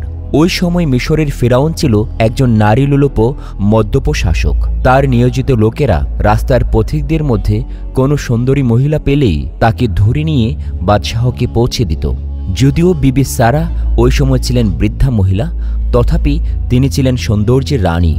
মিশরীয় সম্রাটের নিয়ম এই যে, যে মহিলাকে তারা অপহরণ করত তারা সাথী পুরুষ লোকটি যদি স্বামী হতো তাহলে তাকে হত্যা করে মহিলাকে নিয়ে যেত, আর যদি ভাই বা পিতা হতো তাহলে তাকে ছেড়ে দিত। তারা ইব্রাহিমকে জিজ্ঞেস করলে তিনি সারাহকে তার বোন পরিচয় দিলেন। এখানে বলে রাখছি, নিঃসন্দেহে সারাহ তার ইসলামী বোন ছিলেন। ইব্রাহিম তাকে আল্লাহর জিম্মায় ছেড়ে দিয়ে সালাতে দাঁড়িয়ে গেলেন ও আল্লাহর নিকট স্বীয় স্ত্রীর ইজ্জতের হেফাজতের জন্য আকুলভাবে প্রার্থনা করতে থাকলেন। তাঁর দৃঢ় বিশ্বাস ছিল আল্লাহ নিশ্চয়ই তার স্ত্রীর ইজ্জতের হেফাজত করবেন। সারাকে যথারীতি ফেরাউনের কাছে আনা হলো। অতঃপর পরবর্তী ঘটনা সম্পর্কে রাসূলুল্লাহ সাল্লাল্লাহু আলাইহি ওয়াসাল্লাম বলেন, যখন সারা সম্রাটের নিকট নীত হলেন এবং সম্রাট তার দিকে এগিয়ে এলো, তখন তিনি ওযু করার জন্য গেলেন এবং সালাতে রত হয়ে আল্লাহর নিকট প্রার্থনা করে বললেন, হে আল্লাহ, যদি তুমি জেনে থাকো যে আমি তোমার উপরে ও তোমার রাসূলের উপরে ঈমান এনেছি এবং আমি আমার একমাত্র স্বামীর জন্য সতীত্ব বজায় রেখেছি, তাহলে তুমি আমার উপরে এই কাফিরকে বিজয় করো না। সতীসাধ্যী স্ত্রী সারার দোয়া সঙ্গে সঙ্গে কবুল হয়ে গেল। সম্রাট এগিয়ে আসার উপক্রম করতেই হাত পা অবশ হয়ে পড়ে গিয়ে গঙ্গাতে লাগল। তখন সারাহ প্রার্থনা করে বললেন, হে আল্লাহ, লোকটি যদি এভাবে মারা যায় তাহলে লোকেরা ভাববে আমি ওকে হত্যা করেছি। তখন আল্লাহ সম্রাটকে পূর্বাবস্থায় ফিরিয়ে দিলেন, কিন্তু শয়তান আবার এগিয়ে যেতে চাইল। এবারও ব্যর্থ হয়ে মরার মতো পড়ে রইল। এভাবে সে 2 অথবা 3 বার বেহুশ হয়ে পড়ল এবং সারার দোয়ায় বাঁচল। অবশেষে সে বলল, তোমরা আমার কাছে একটা শয়তানিকে পাঠিয়েছ, যাও একে ইব্রাহিমের কাছে ফেরত দিয়ে আসো এবং এর খেদমতের জন্য হাজেরাকে দিয়ে দাও। অতঃপর সারাহ তার খাদেমা হাজেরাকে নিয়ে সসম্মানে স্বামী ইব্রাহিমের কাছে ফিরে এলেন। ওই সময় ইব্রাহিম আলাইহিসসালাম সালাতের মধ্যে সারাহর জন্য প্রার্থনায় রত ছিলেন। সারা ফিরে এলে তিনি আল্লাহর শুকরিয়া আদায় করেন। আলহামদুলিল্লাহ, যে আল্লাহ তার বান্দা ইব্রাহিমকে নমরুদের প্রজ্বলিত হোতাশন থেকে বাঁচিয়ে এনেছেন, সেই আল্লাহ ইব্রাহিমের ইমানদার স্ত্রীকে ফেরাউনের লালসার আগুন থেকে কেন বাঁচিয়ে আনবেন না? অতঃপর সর্বাবস্থায় যাবতীয় প্রশংসা কেবলমাত্র আল্লাহর জন্য। আবুল আম্বিয়া হিসাবে আল্লাহ পাক যেভাবে ইব্রাহিমের পরীক্ষা নিয়েছেন, উম্মুল আম্বিয়া হিসাবে তিনি তেমনই বিবি সারার পরীক্ষা নিলেন এবং উভয়ে পরীক্ষায় সফলভাবে উত্তীর্ণ হলেন। ওয়ালিল্লাহিল হামদ। ধারণা করা চলে যে ফেরাউন কেবল হাজেরাকেই উপহার স্বরূপ দেয়নি, বরং অন্যান্য রাজকীয় উপঢৌকনও দিয়েছিল, যাতে ইব্রাহিমের মিশর গমনের উদ্দেশ্য পূরণ হয়ে যায়। বিপুল মাল সামান ও উপঢৌকন সহ তিনি কেনানে ফিরে আসেন। উপরোক্ত ঘটনার মধ্যে শিক্ষণীয় বিষয় এই যে, বান্দা যখন নিজেকে সম্পূর্ণরূপে আল্লাহর উপর সুপর্দ করে দেয় এবং আল্লাহর সন্তুষ্টির লক্ষ্যে সকল কাজ করে, তখন আল্লাহ পূর্ণ দায়িত্ব নিয়ে নেন। তার জান, মাল, ইজ্জত সবকিছু তিনিই হেফাজত করেন। আলোচ্য ঘটনায় ইব্রাহিম ও সারাহ ছিলেন একেবারেই অসহায়। তারা স্রেফ আল্লাহর উপরেই নির্ভর করেছেন, তাঁর কাছেই কেঁদেছেন, তার কাছেই চেয়েছেন। ফলে আল্লাহ তাঁদের ডাকে সাড়া দিয়েছেন। দ্বিতীয় শিক্ষণীয় বিষয় এই যে বান্দার দায়িত্ব হল যে কোনো মূল্যে হক এর উপর দৃঢ় থাকা ও অন্যকে হক এর পথে দাওয়াত দেয়া। ইব্রাহিম আলাইহিসসালাম দারিদ্র্যের তাড়নায় কাফেরের দেশ মিশরে গিয়েছিলেন, কিন্তু নিজেরা যেমন হক থেকে বিচ্যুত হননি, তেমনি অন্যকে দাওয়াত দিয়েও পিছপা হননি। ফলে আল্লাহ তাঁকে মর্মান্তিক বিপদের মধ্যে ফেলে মহাপুরস্কারে ভূষিত করলেন। এবারে বলছি কেনানি জীবনের তৃতীয় পরীক্ষা, হাজেরাকে মক্কায় নির্বাসন। মিশর থেকে ফিরে কেনানে আসার বছরাধিককাল পরে প্রথম সন্তান ইসমাইলের জন্মলাভ হয়, কিন্তু কিছুদিনের মধ্যেই তিনি শিশু সন্তান ও তার মা হাজেরাকে মক্কায় বিজন পাহাড়ি উপত্যকায় নিঃসঙ্গভাবে রেখে আসার এলাহি নির্দেশ লাভ করেন। বস্তুত এটা ছিল অত্যন্ত মর্মান্তিক পরীক্ষা। এ বিষয়ে সংক্ষিপ্ত বর্ণনা করছি। হযরত ইব্রাহিম আলাইহিস সালাম যখন আল্লাহর পক্ষ থেকে শিশুপুত্র ইসমাইল ও তার মাকে মক্কায় নির্বাসনে রেখে আসার নির্দেশ পান, তখনই তার অন্তরে বিশ্বাস জন্মেছিল যে নিশ্চয়ই এ নির্দেশের মধ্যে আল্লাহর কোনো মহতী পরিকল্পনা লুকায়িত আছে এবং নিশ্চয়ই তিনি ইসমাইল ও তার মাকে ধ্বংস করবেন না। অতঃপর এক থলে খেজুর ও এক মশক পানি সহ তাদের বিজন ভূমিকে রেখে যখন ইব্রাহিম আলাইহিস সালাম একাকী ফিরে আসেন, তখন বেদনা বিস্মিত স্ত্রী হাজেরা ব্যাকুলভাবে তার পিছে পিছে আসতে লাগলেন আর স্বামীকে এর কারণ জিজ্ঞেস করতে থাকেন। কিন্তু বুকে বেদনার পাষাণ বাঁধা ইব্রাহিমের মুখ দিয়ে কোনো কথা বেরোল না। তখন হাজেরা বললেন, আপনি কি আল্লাহর হুকুমে আমাকে এভাবে ফেলে যাচ্ছেন? ইব্রাহিম ইশারায় বললেন, হ্যাঁ। তখন সম্বিত ফিরে পেয়ে অটল বিশ্বাস ও দৃঢ় মনোবল নিয়ে হাজেরা বলে উঠলেন, তাহলে আল্লাহ আমাদের ধ্বংস করবেন না। ফিরে এলেন তিনি সন্তানের কাছে। 2-1 দিনের মধ্যেই ফুরিয়ে যাবে পানি ও খেজুর। কি হবে উপায়? খাদ্য ও পানি বিহনে বুকের দুধ শুকিয়ে গেলে কচি বাচ্চা কি খেয়ে বাঁচবে? পাগলপাড়া হয়ে তিনি মানুষের সন্ধানে দৌড়াতে থাকেন সাফা ও মারুয়া পাহাড়ের এ মাথা আর ও মাথায়। এভাবে সপ্তমবারে তিনি দূর থেকে দেখেন যে বাচ্চার পায়ের কাছ থেকে মাটির বুক চিরে বেরিয়ে আসছে ঝর্ণার ফল্গুধারা। জিব্রাইলের পায়ের গোড়ালি বা তার পাখার আঘাতে যা সৃষ্টি হয়েছিল। ছুটে এসে বাচ্চাকে কোলে নিলেন অসীম মমতায়। স্নিগ্ধ পানি পান করে আল্লাহর শুকরিয়া আদায় করেন। অতঃপর হঠাৎ অদূরে একটি আওয়াজ শুনে তিনি চমকে উঠলেন। তিনি জিব্রাইল। বলে উঠলেন, আপনারা ভয় পাবেন না, এখানেই আল্লাহর ঘর। এই সন্তান ও তার পিতা এ ঘর সত্তর পুনর্নির্মাণ করবেন। আল্লাহ তাঁর ঘরের বাসিন্দাদের ধ্বংস করবেন না। এরপর শব্দটি মিলিয়ে গেল। অতঃপর শুরু হলো ইসমাইলি জীবনের নব অধ্যায়। পানি দেখে পাখি আসলো, পাখি ওরা দেখে ব্যবসায়ী কাফেলা আসলো। তারা এসে পানির মালিক হিসাবে হাজেরার নিকট অনুমতি চাইলে তিনি এই শর্তে মঞ্জুর করলেন যে আপনাদের এখানে বসতি স্থাপন করতে হবে। বিনা পয়সায় এই প্রস্তাব তারা সাগ্রহে কবুল করল। এরাই হলো ইমরান থেকে আগত বনু জুরহম গোত্র। বড় হয়ে ইসমাইল এই গোত্রে বিয়ে করেন। এরাই কাবা গৃহের খাদিম হন এবং এদের শাখা গোত্র কোরাইশ বংশে শেষ নবী হযরত মুহাম্মদ সাল্লাল্লাহু আলাইহি ওয়াসাল্লামের আগমন ঘটে। ওদিকে ইব্রাহিম আলাইহিস সালাম যখন স্ত্রী ও সন্তানকে রেখে যান, তখন হাজেরার দৃষ্টির আড়ালে গিয়ে আল্লাহর কাছে প্রার্থনা করেন এই বলে, হে আমাদের পালনকর্তা, আমি আমার পরিবারের কিছু সদস্যকে তোমার মর্যাদামণ্ডিত গৃহের সন্নিকটে চাষাবাদহীন উপত্যকায় বসবাসের জন্য রেখে যাচ্ছি। প্রভু হে, যাতে তারা সালাত কায়েম করে। অতএব কিছু লোকের অন্তরকে তুমি এদের প্রতি আকৃষ্ট করে দাও এবং তাদেরকে ফল ফলাদি দ্বারা রুজি দান করো। সম্ভবত তারা কৃতজ্ঞতা প্রকাশ করবে। উপরের ঘটনা থেকে শিক্ষণীয় বিষয় হলো এই যে, 1. ইব্রাহিম আলাইহিস সালাম তার স্ত্রী ও দুগ্ধপোষ্য সন্তানকে জনমানব শূন্য ও চাষাবাদহীন এক শুষ্ক মরু উপত্যকায় রেখে আসলেন। কোনো সুস্থ বিবেক এ কাজকে সমর্থন করতে পারে না, কিন্তু যারা আল্লাহতে বিশ্বাসী তাদের জন্য বিষয়টি মোটেই আশ্চর্যজনক নয়। আর সে কারণেই হাজেরা গভীর প্রত্যয়ে বলে উঠেছিলেন, তাহলে আল্লাহ আমাকে ধ্বংস করবেন না। আল্লাহ যে কেবল বিশ্বাসের বস্তু নয়, বরং তিনি সার্বক্ষণিকভাবে বান্দার তত্ত্বাবধায়ক। ইব্রাহিমের উক্ত কর্মনীতির মধ্যে তার স্পষ্ট প্রমাণ রয়েছে। অতি যুক্তিবাদী ও বশত্ববাদীদের জন্য এর মধ্যে রয়েছে বড় ধরনের এক শিক্ষণীয় বিষয়। 2. ইব্রাহিমের দোয়া আল্লাহ এমন দ্রুত কবুল করেছিলেন যে 2-1 দিনের মধ্যেই সেখানে সৃষ্টি হয় পানির ফোয়ারা, যা জমজম কূপ নামে পরিচিত হয় এবং যার উৎসধারা বিগত প্রায় 4,500 বছর ধরে আজও সমভাবে বহমান। কিন্তু এই পানির রূপ, রস, গন্ধ কিছুরই কোনো পরিবর্তন হয়নি। এই পানির কোনো হ্রাস বৃদ্ধি নেই। বৈজ্ঞানিক গবেষণায় প্রমাণিত হয়েছে যে এই পানিতে এমন সব উপাদান রয়েছে যা মানুষের জন্য খাদ্য ও পানীয় উভয় চাহিদা মেটাতে সক্ষম। পৃথিবীর অন্য কোনো পানিতে এ গুণ নেই। দৈনিক লাখ লাখ গ্যালন পানি ব্যয় হওয়া সত্ত্বেও এ পানির কোনো ক্ষয় নেই, লয় নেই, কমতি নেই। এর কারণ অনুসন্ধানে বছরের পর বছর চেষ্টা করেও বৈজ্ঞানিকেরা ব্যর্থ হয়েছেন।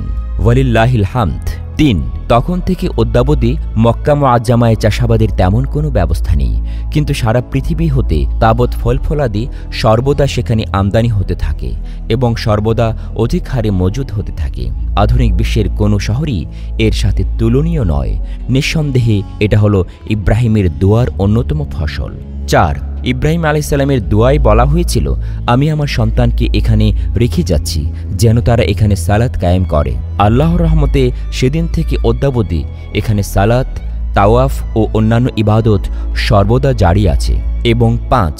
ইব্রাহিম বলেছিলেন, মানব সমাজের কিছু অংশের হৃদয়কে তুমি এদের প্রতি ঝুঁকিয়ে দাও। নিঃসন্দেহে সেই অংশটি হল সারা বিশ্বের মুসলিম সমাজ। ইব্রাহিম জানতেন যে বিশ্বের সমস্ত লোক কখনো মুমিন হবে না।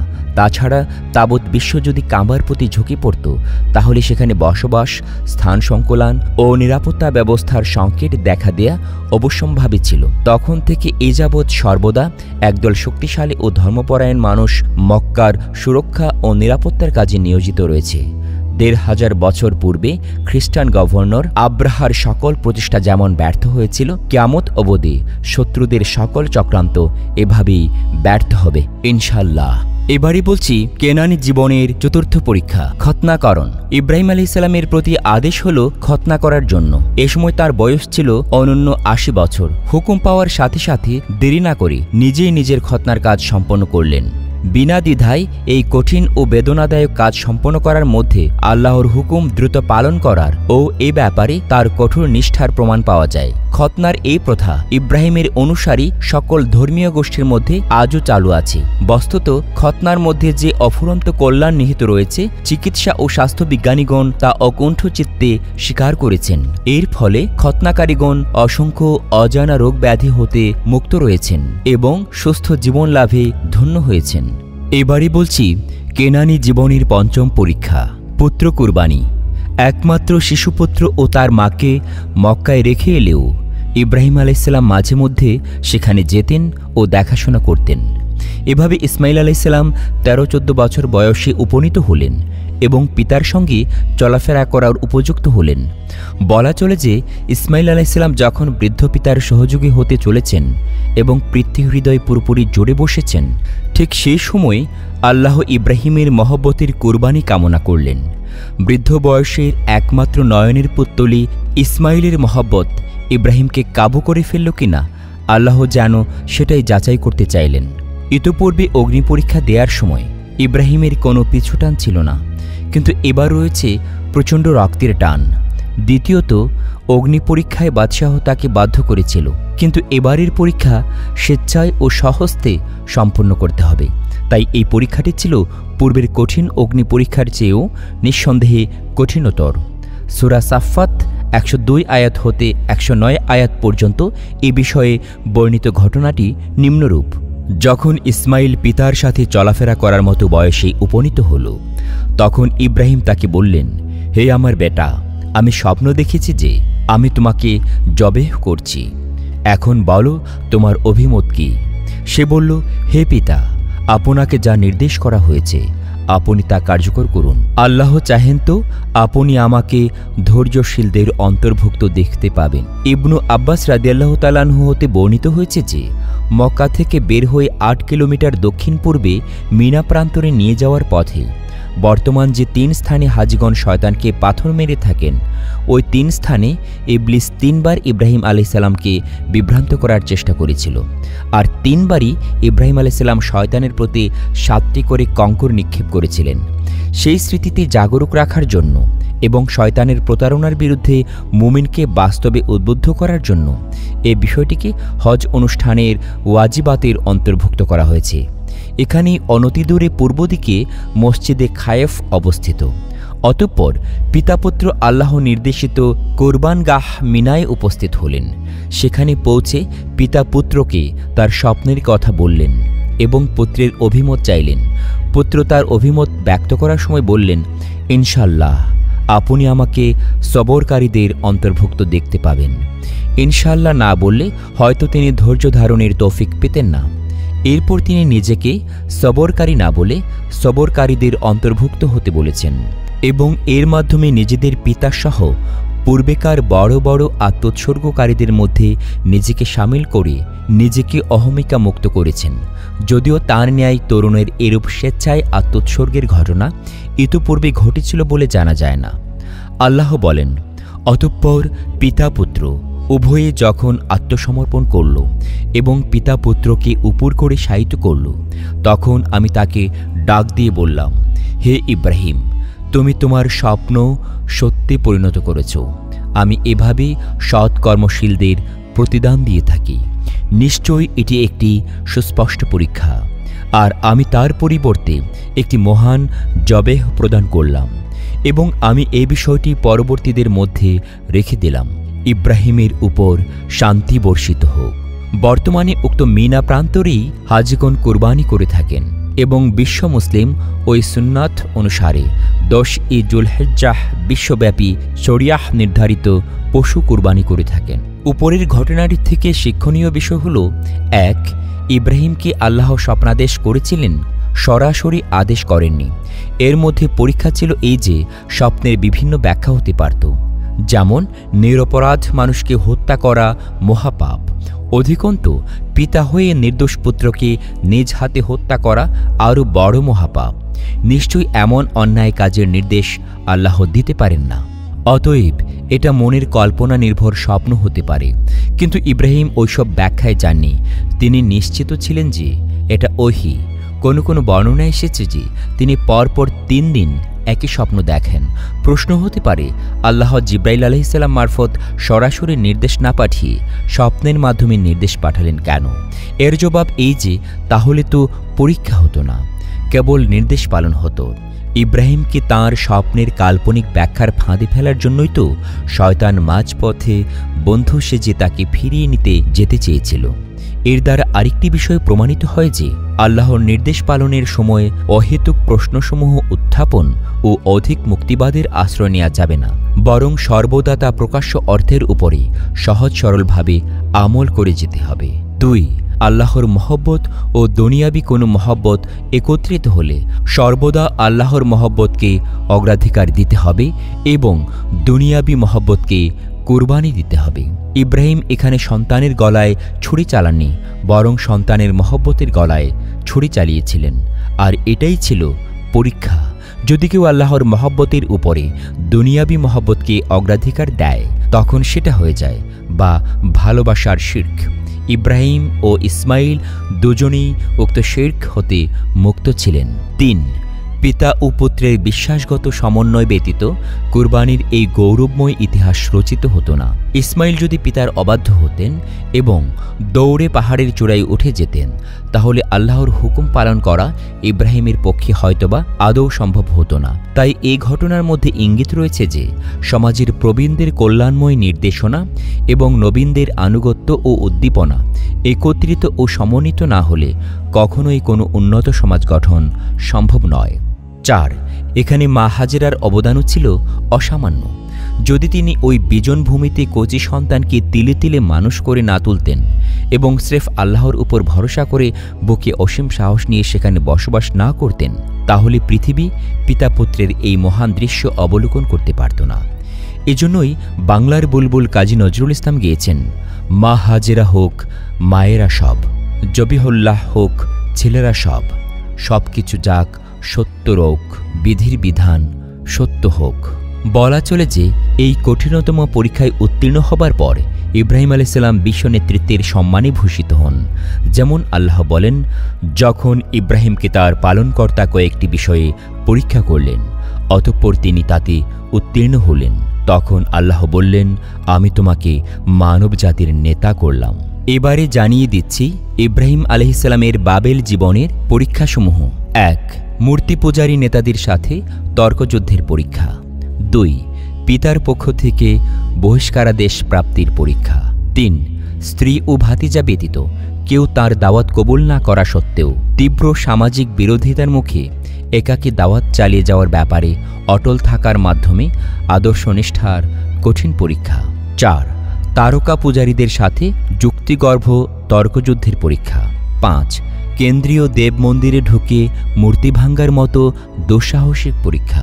6 অবশেষে রাজদরবারে পৌঁছে সরাসরি সম্রাটের সাথে তর্কযুদ্ধে অবতীর্ণ হওয়ার পরীক্ষা এবং বিনিময়ে 7 জ্বলন্ত হোতাশনে জীবন্ত পুড়িয়ে হত্যা করার মর্মান্তিক শাস্তি হাসি মুখে বরণ করে নেয়ার অতুলনীয় অগ্নি পরীক্ষার সম্মুখীন হওয়া। এছাড়াও সমাজ সংস্কারক হিসাবে জীবনের প্রতিটি পদে পদে যে অসংখ্য পরীক্ষার সম্মুখীন তাকে হরহামেশা হতে হয়েছে তা বলাই বাহুল্য। এবারে বাবেল জীবন ও কেনানি জীবন ছাড়াও ইব্রাহিম আলাইহিসসালামের জীবনে অন্যান্য উল্লেখযোগ্য ও শিক্ষণীয় ঘটনাবলী বিবৃত করছি। 1 ইসহাক জন্মের সুসংবাদ। পুত্র কোরবানির ঘটনার পরে ইব্রাহিম আলাইহিসসালাম কেনানে ফিরে এলেন। এ সময় বন্ধ্যা স্ত্রী সারাহর গর্ভে ভবিষ্যৎ সন্তান ইসহাক জন্মের সুসংবাদ নিয়ে ফেরেশতাদের শুভাগমন ঘটে। ইবনু আব্বাস রাদিয়াল্লাহু তাআলা আনহু থেকে বর্ণিত উক্ত ফেরেশতাগণ ছিলেন হযরত জিবরাইল আলাইহিসসালাম, মিকাইল আলাইহিসসালাম ও ইসরাফিল আলাইহিসসালাম। তারা মানুষের রূপ ধারণ করে এসেছিলেন। এ বিষয়ে কুরআনী বক্তব্য নিম্নরূপ: আর আমাদের প্রেরিত সংবাদবাহকগণ অর্থাৎ ফেরেশতাগণ ইব্রাহিমের নিকটে সুসংবাদ নিয়ে এলো এবং বলল, সালাম। সেও বলল, সালাম। অতঃপর অল্পক্ষণের মধ্যেই সে একটা ভুনা করা বাছুর এনে তাদের সম্মুখে পেশ করল। কিন্তু সে যখন দেখল যে মেহমানদের হাত সেদিকে প্রসারিত হচ্ছে না, তখন সে সন্দেহে পড়ে গেল এবং মনে মনে তাদের সম্পর্কে ভয় অনুভব করতে লাগল। কারণ এটা তখনকার যুগের খুনিদের নীতি ছিল যে যাকে তারা খুন করত তার বাড়িতে তারা খেত না। তারা বলল, আপনি ভয় পাবেন না, আমরা লোতের কওমের প্রতি প্রেরিত হয়েছি। তার স্ত্রী সারাহ নিকটে দাঁড়িয়েছিল। সে হেসে ফেলল। আমরা তাকে ইসহাকের জন্মের সুখবর দিলাম এবং ইসহাকের পরে তার পুত্র ইয়াকুবেরও। সে বলল, হায় কপাল, আমি সন্তান প্রসব করব, অথচ আমি বার্ধক্যের শেষ সীমায় পৌঁছে গেছি, আর আমার স্বামীও বৃদ্ধ। এত ভারী আশ্চর্য কথা। তারা বলল, আপনি আল্লাহর নির্দেশের বিষয়ে আশ্চর্য বোধ করছেন? হে গৃহবাসীগণ, আপনাদের উপরে আল্লাহর রহমত ও প্রভূত বরকত রয়েছে। নিশ্চয়ই আল্লাহ প্রশংসিত ও মহিমাময়। এই ঘটনাটি সূরা হুদ, সূরা হিজর, সূরা জাজিয়াতে আলোচিত হয়েছে। উল্লেখ্য যে অধিক মেহমানদারির জন্য ইব্রাহিমকে আবু জায়ফান বা মেহমানদের পিতা বলা হতো। এই সময় বিবি সারাহ বয়স ছিল 89 বছর এবং ইব্রাহিমের ছিল 100 বছর। সারাহ নিজেকে বন্ধ্যা মনে করতেন এবং সে কারণেই সে বিকে হাজেরাকে স্বামীর জন্য উৎসর্গ করেছিলেন ও তার সাথে বিবাহ দিয়েছিলেন সন্তান লাভের জন্য। অথচ সেই ঘরে ইসমাইল জন্মের পরেও তাকে তার মা সহ মক্কায় নির্বাসনে রেখে আসতে হয় আল্লাহর হুকুমে। ফলে সংসার ছিল আগের মতোই নিরানন্দময়। কিন্তু আল্লাহর কি অপূর্ব লীলা! তিনি শুষ্ক নদীতে বান ডাকতে পারেন। তাই নিরাশ সংসারে তিনি আশার বন্যা ছুটিয়ে দিলেন। যথাসময়ে ইসহাকের জন্ম হল, যিনি পরে নবী হলেন এবং তারই পুত্র ইয়াকুবের বংশধারায় ঈসা পর্যন্ত বিশ্বের বিভিন্ন প্রান্তে হাজার হাজার নবী প্রেরিত হলেন। ফলে হতাশ ও বন্ধ্যা নারী সারাহ এখন কেবল ইসহাকের মা হলেন না, বরং তিনি হলেন হাজার হাজার নবীর মা বা উম্মুল আম্বিয়া। ওদিকে মক্কায় ইসমাইলের বয়স তখন 13 থেকে 14 বছর, যাকে বলা হয়ে থাকে আবুল আরব বা আরব জাতির পিতা। 2 মৃতকে জীবিত করার দৃশ্য প্রত্যক্ষকরণ।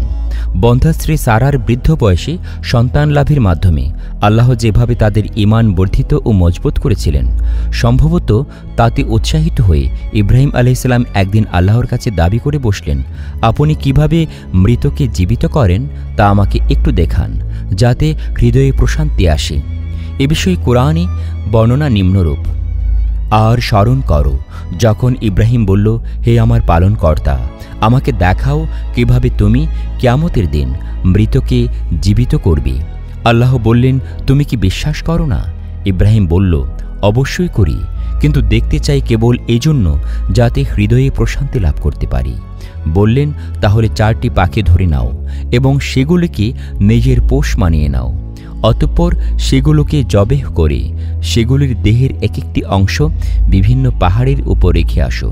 তারপর সেগুলোকে ডাক দাও, দেখবে তোমার দিকে দৌড়ে চলে আসবে, উড়তে উড়তে নয়, কেননা তাতে অন্যান্য পাখির সাথে মিশে গিয়ে তোমার দৃষ্টি বিভ্রম ঘটতে পারে যে সে 4টি পাখি কোনটি। জেনে রেখো যে নিশ্চয়ই আল্লাহ পরাক্রান্ত ও জ্ঞানময়। উপরোক্ত ঘটনার মাধ্যমে আল্লাহ মুশরিক ও নাস্তিক সমাজকে দেখিয়ে দিলেন যে কিভাবে মাটিতে মিশে যাওয়া মৃত মানুষকে তিনি কিয়ামতের দিন পুনর্জীবন দান করবেন। 3. বাইতুল্লাহ নির্মাণ। বাইতুল্লাহ প্রথমে ফেরেশতাগণ নির্মাণ করেন, অতঃপর হজরত আদম আলাইহিসসালাম পুনর্নির্মাণ করেন জিবরাইল আলাইহিসসালামের ইঙ্গিত মতো। তারপর নূহ আলাইহিসসালামের মহাপ্লাবনের সময় বাইতুল্লাহর প্রাচীর বিনষ্ট হলেও ভিত্তি আগের মতোই থেকে যায়। পরবর্তীতে আল্লাহর হুকুমে একই ভিত্তিভূমিতে ইব্রাহিম তা পুনর্নির্মাণ করেন। এই নির্মাণকালে ইব্রাহিম আলাইহিসসালাম কেনান থেকে মক্কা এসে বসবাস করেন। ওই সময় মক্কায় বসতি গড়ে উঠেছিল এবং ইসমাইল তখন বড় হয়েছেন এবং বাপ বেটা মিলেই কাবাগৃহ নির্মাণ করেন। আল্লাহর ইচ্ছায় তখন থেকে অদ্যাবধি কাবাগৃহে অবিরত ধারায় হজ ও তাওয়াফ চালু আছে এবং হরম ও তার অধিবাসীগণ পূর্ণ শান্তি, নিরাপত্তা ও মর্যাদা সহকারে সেখানে বসবাস করে আসছেন। এ বিষয়ে পবিত্র কোরআনেই বলা হয়েছে, আর যখন আমি ইব্রাহিমকে বাইতুল্লাহর স্থান ঠিক করে দিয়ে বলেছিলাম যে আমার সাথে কাউকে শরিক করো না এবং আমার গৃহকে পবিত্র রাখো তাওয়াফকারীদের জন্য, সালাতে দণ্ডায়মানদের জন্য ও রুকু সিজদাকারীদের জন্য, আর তুমি মানুষের মধ্যে হজ্জের ঘোষণা জারি করে দাও। তারা তোমার কাছে আসবে পায়ে হেঁটে এবং দীর্ঘ সফরের কারণে সর্বপ্রকার কৃষকায় উটের পিঠে সোয়ার হয়ে দূর দূরান্ত হতে, যাতে তারা তাদের কল্যাণের স্থান পর্যন্ত পৌঁছে যায় এবং কোরবানির নির্দিষ্ট দিনগুলিতে 10, 11, 12 জিলহজ তাঁর দেয়া চতুষ্পদ পশুসমূহ জবেহ করার কারণে তাদের উপর আল্লাহর নাম স্মরণ করে। অতঃপর তোমরা তা থেকে আহার করো এবং আহার করাও অভাবী ও দুস্থদেরকে। উপরোক্ত আয়াতগুলিতে কয়েকটি বিষয় জানা যায়, যেমন 1. বাইতুল্লাহ ও তার সন্নিকটে কোনরূপ শিরক করা চলবে না। 2. এটি স্রেফ তাওয়াফকারী ও আল্লাহর ইবাদতকারীদের জন্য নির্দিষ্ট হবে। 3. এখানে কেবল মুমিন সম্প্রদায়কে হজ্জের আদেশ দেয়া হয়েছে। হজরত ইব্রাহিম আলাইহিসসালাম মাকামে ইব্রাহিমে দাঁড়িয়ে এবং কোনো কোনো বর্ণনা মতে আবু কুরাইশ পাহাড়ের উপর দাঁড়িয়ে 2 কানে আঙ্গুল ভরে সর্বশক্তি দিয়ে উচ্চকণ্ঠে চারদিকে ফিরে বারবার হজ্জের উক্ত ঘোষণা জারি করেন। ইমাম বাগাভি হজরত ইবনু আব্বাসের সূত্রে বলেন যে ইব্রাহিমের উক্ত ঘোষণা আল্লাহ পাক সাথে সাথে বিশ্বের সকল প্রান্তে মানুষের কানে কানে পৌঁছে দেন। ইবনু আব্বাস রাদিয়াল্লাহু তাআলা আনহু বলেন, ইব্রাহিমী আহ্বানের জবাবই হচ্ছে হাজিদের লাব্বাইক আল্লাহুম্মা লাব্বাইক, হাজির, হে প্রভু আমি হাজির বলার আসল ভিত্তি। সেদিন থেকে এ যাবৎ বিশ্বের বিভিন্ন প্রান্ত হতে মানুষ চলেছে কাবার পথে, কেউ পায়ে হেঁটে, কেউ উটে, কেউ গাড়িতে, কেউ বিমানে, কেউ জাহাজে, কেউ অন্য পরিবহন করে। আব্রাহার মতো অনেক চেষ্টা করেও এ স্রোত কখনো ঠেকাতে পারেনি, পারবেও না কোনো দিন ইনশাল্লাহ। দিনরাত শীত গ্রীষ্ম উপেক্ষা করে সর্বদা চলছে বাইতুল্লাহর তাওয়াফ ও সাফা মারোয়ার সাই, আর হজ্জের পরে চলছে কুরবানি। এভাবে ইব্রাহিম ও ইসমাইলের স্মৃতি চির অম্লান হয়ে আছে মানব ইতিহাসে যুগ যুগ ধরে। এককালের চাষবাদহীন বিজন পাহাড়ি উপত্যকা ইব্রাহিমের দোয়ার বরকতে হয়ে উঠল বিশ্বের শান্তিকামী মানুষের সম্মিলন স্থল। যেমন আল্লাহ বলেন, যখন আমি কাবাগৃহকে লোকদের জন্য সম্মিলন স্থল ও শান্তিধামে পরিণত করলাম আর বললাম, তোমরা ইব্রাহিমের দাঁড়ানোর স্থানটিকে সালাতের স্থান হিসাবে গ্রহণ করো। অতঃপর আমি ইব্রাহিম ও ইসমাইলকে আদেশ করলাম, তোমরা আমার গৃহকে তাওয়াফকারী, ইত্তেকাফকারী ও রুকু সিজদাকারীদের জন্য পবিত্র করো। স্মরণ করো যখন ইব্রাহিম বলল, পরওয়ারদিগার, এই স্থানকে তুমি শান্তির নগরীতে পরিণত করো এবং এর অধিবাসীদেরকে তুমি ফল ফলাদি দ্বারা রুজি দান করো, যারা তাদের মধ্যে আল্লাহ ও কিয়ামত দিবসের উপর বিশ্বাস স্থাপন করে। আল্লাহ বললেন, যারা অবিশ্বাস করে আমি তাদেরকেও কিছু ভোগের সুযোগ দেব। অতঃপর তাদেরকে আমি জবরদস্তি জাহান্নামের আযাবে ঠেলে দেব। কতই না মন্দ ঠিকানা সেটা। ইব্রাহিম আলাইহিসসালামের উপরোক্ত প্রার্থনা অন্যত্র বর্ণিত হয়েছে সামান্য শাব্দিক পার্থক্য সহকারে। যেমন আল্লাহ বলেন, যখন ইব্রাহিম বলল, হে আমার পালনকর্তা, এ শহরকে তুমি শান্তিময় করে দাও এবং আমাকে ও আমার সন্তান সন্ততিকে মূর্তি পূজা থেকে দূরে রাখো। হে আমার পালনকর্তা, এই মূর্তিগুলো অনেক মানুষকে পথভ্রষ্ট করেছে। অতএব যে আমার অনুসরণ করে সে আমার দলভুক্ত, আর যে আমার অবাধ্যতা করে নিশ্চয় তুমি ক্ষমাশীল ও দয়াবান। অতঃপর কাবাগৃহ নির্মাণ শেষে পিতাপুত্র মিলে যে প্রার্থনা করেন তা যেমন ছিল অন্তর্ভেদী তেমনই ছিল সুদূর প্রসারী, ফলদায়ক।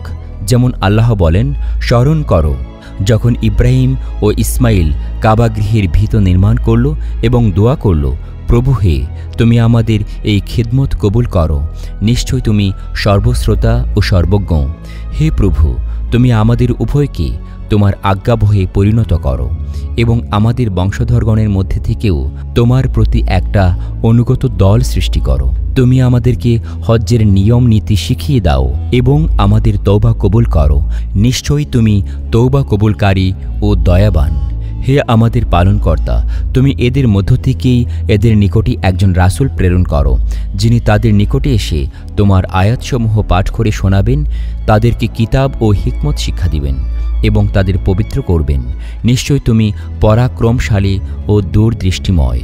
ইব্রাহিম ও ইসমাইলের উপরোক্ত দোয়া আল্লাহ কবুল করেছিলেন, যার ফলশ্রুতিতে তাদের বংশে চিরকাল একদল মুত্তাকি ফরহেজগার মানুষের অস্তিত্ব বিদ্যমান ছিল। তাদের পরে সকল নবী তাদের বংশধর ছিলেন। কাবার খাদেম হিসাবেও চিরকাল তাদের বংশধর একদল দিনদার লোক সর্বদা নিয়োজিত ছিল। কাবার খেদমতের কারণেই তাদের সম্মান ও মর্যাদা সারা আরবে, এমনকি আরবের বাইরেও বিস্তার লাভ করেছিল। আজও সৌদি বাদশাহের লকব হল খাদেমুল হারামাইন আশ শরীফ আইন, দুই পবিত্র হরমের সেবক। কেননা বাদশাহিতে নয়, হারামাইন এর সেবক হওয়াতেই গৌরব বেশি। ইব্রাহিম আলাইহিসসালামের দোয়ার ফসল হিসাবে মক্কায় আগমন করেন বিশ্বনবী ও শেষ নবী হযরত মুহাম্মদ সাল্লাল্লাহু আলাইহি ওয়াসাল্লাম। তিনি বলতেন, আমি আমার পিতা ইব্রাহিমের দোয়ার ফসল ও ঈসার সুসংবাদ। এই মহানগরীটি সেই ইব্রাহিমের যুগ থেকেই নিরাপদ ও কল্যাণময় নগরী হিসাবে অদ্যাবধি তার মর্যাদা বজায় রেখেছে। জাহিলি আরবরাও সর্বদা একে সম্মান ও মর্যাদার চোখে দেখত। এমনকি কোনো হত্যাকারী, এমনকি কোনো পিতৃহন্তাও এখানে এসে আশ্রয় নিলে তারা তার প্রতিশোধ নিত না। হরমের সাথে সাথে এখানকার অধিবাসীরাও সর্বত্র সমাদৃত হতেন এবং আজও হয়ে থাকেন। এবারে ইব্রাহিম আলাইহিসসালামের পরীক্ষাসমূহের মূল্যায়ন নিয়ে আলোচনা করছি। ইব্রাহিমের পরীক্ষাসমূহ তাঁর যোগ্যতা যাচাইয়ের জন্য ছিল না বা তার কোনো অপরাধের সাজা হিসাবে ছিল না, বরং এর উদ্দেশ্য ছিল বিভিন্ন পরীক্ষার মাধ্যমে লালন করে পূর্ণত্বের মহান স্তরে পৌঁছে দেয়া এবং তাকে আগামী দিনের বিশ্বনেতার মর্যাদায় সমাসীন করা। সঙ্গে সঙ্গে সবাইকে এটা দেখিয়ে দেয়া যে আল্লাহর নিকটে প্রিয় ও সম্মানিত বান্দাগণকে দুনিয়াতে বিভিন্ন পরীক্ষায় উত্তীর্ণ হতে হয়। আল্লাহর সুন্দর গুণাবলীর মধ্যে তাঁর পালনকর্তা গুণটিকে খাস করে বলার মধ্যে স্বীয় বন্ধুর প্রতি স্নেহ ও তাকে বিশেষ অনুগ্রহে লালন করার প্রতি ইঙ্গিত রয়েছে। এক্ষণে তার পরীক্ষার সংখ্যা কত ছিল সে বিষয়ে পবিত্র কোরআন নির্দিষ্টভাবে কিছু উল্লেখ করেনি, কেবল বলেছে অনেকগুলি বাণী দ্বারা, অর্থাৎ শরিয়াতের বহুবিধ আদেশ ও নিষেধসমূহ দ্বারা। কালেমাত শব্দটি বিবি মরিয়ামের জন্যও ব্যবহৃত হয়েছে, যেখানে বলা হয়েছে মারিয়াম তার পালনকর্তার বাণীসমূহকে সত্যি পরিণত করেছিল। ইব্রাহিমের জীবনী পরীক্ষার সংখ্যা কত ছিল এরূপ এক প্রশ্নের জবাবে ইবনুল আব্বাস রাদিয়াল্লাহু তাআলা আনহু বলেন, ইসলামের 30টি অংশ রয়েছে, যার 10টি সূরা তওবায়, 10টি সূরা মুমিনুনে ও সূরা মাআরিজে এবং বাকি 10টি সূরা আজহাবে বর্ণিত হয়েছে, যার সবকটি ইব্রাহিম আলাইহিস সালাম পূর্ণ করেন। অতঃপর আল্লাহ তাকে সনদ দিয়ে বলেন, এবং ইব্রাহিমের সহিফায় যিনি আনুগত্যের অঙ্গীকার পূর্ণ করেছিলেন। তবে ইবনু জারির ও ইবনু কাসির উভয় বলেন, ইব্রাহিমের জীবনের যত সংখ্যা পরীক্ষায় আসুক না কেন, আল্লাহ বর্ণিত কালেমাত বহু বচনের শব্দটি সব কিছুকে শামিল করে। বস্তুত পরীক্ষাসমূহের সংখ্যা বর্ণনা করা কিংবা ইব্রাহিমের সূক্ষ্মদর্শিতা ও জ্ঞানের গভীরতা যাচাই করা এখানে মুখ্য বিষয় নয়, বরং আল্লাহর প্রতি তার আনুগত্যশীলতা ও নিখাদ আত্মসমর্পণ এবং কার্যক্ষেত্রে তাঁর চারিত্রিক দৃঢ়তা যাচাই করাই ছিল মুখ্য বিষয়। এবারই আলোচনা করছি ইব্রাহিম আলাইহিসসালামের জীবন থেকে প্রধান শিক্ষণীয় বিষয়সমূহ। ১. সর্বাবস্থায় আল্লাহর নিকটে আত্মসমর্পণ। ২. আল্লাহর কাছে বড় হতে গেলে তাকে আল্লাহর পক্ষ থেকে বড় বড় পরীক্ষায় ফেলা হয়, আর তাতে উত্তীর্ণ হওয়ার মাধ্যমেই ইহকালীন ও পরকালীন সফলতা। ৩. পরীক্ষা এলে সাহসিকতার সাথে মোকাবিলা করতে হয়। শয়তানি প্ররোচনায় পিছিয়ে গেলেই ব্যর্থ হতে হয়। যেমন পুত্র জবেহের পূর্বে শয়তানি ধোঁকার বিরুদ্ধে ইব্রাহিম আলাইহিসসালাম কঙ্কর নিক্ষেপ করেছিলেন ও পরে সফলকাম হয়েছিলেন। এবারে বলছি আবুল আম্বিয়া ও সৈয়দুল আম্বিয়া। ইব্রাহিম আলাইহিসসালাম ছিলেন ইহুদি, খ্রিস্টান, মুসলমান সকল ধর্মীয় সম্প্রদায়ের পিতা। কেননা আদম আলাইহিসসালাম হতে ইব্রাহিম আলাইহিসসালাম পর্যন্ত 10 থেকে 12 জন নবী বাদে শেষ নবী মুহাম্মদ সাল্লাল্লাহু আলাইহি ওয়াসাল্লাম পর্যন্ত 1,24,000 পয়গম্বরের প্রায় সকলেই ছিলেন ইব্রাহিম আলাইহিসসালামের বংশধর। পবিত্র কোরআনে বর্ণিত হয়েছে, নিশ্চয়ই আল্লাহ আদম, নূহ, আলে ইব্রাহিম ও আলে ইমরানকে বিশ্ববাসীর উপরে নির্বাচিত করেছেন। সূরা আল ইমরান 3/33। এই নির্বাচন ছিল বিশ্ব সমাজে আল্লাহর তাওহীদের প্রচার ও প্রতিষ্ঠার জন্য এবং আল্লাহর দ্বীনকে বিজয়ী করার জন্য। ইব্রাহিম আলাইহিসসালাম ছিলেন নবীগণের পিতা এবং পুত্র মুহাম্মদ সাল্লাল্লাহু আলাইহি ওয়াসাল্লাম ছিলেন নবীগণের নেতা।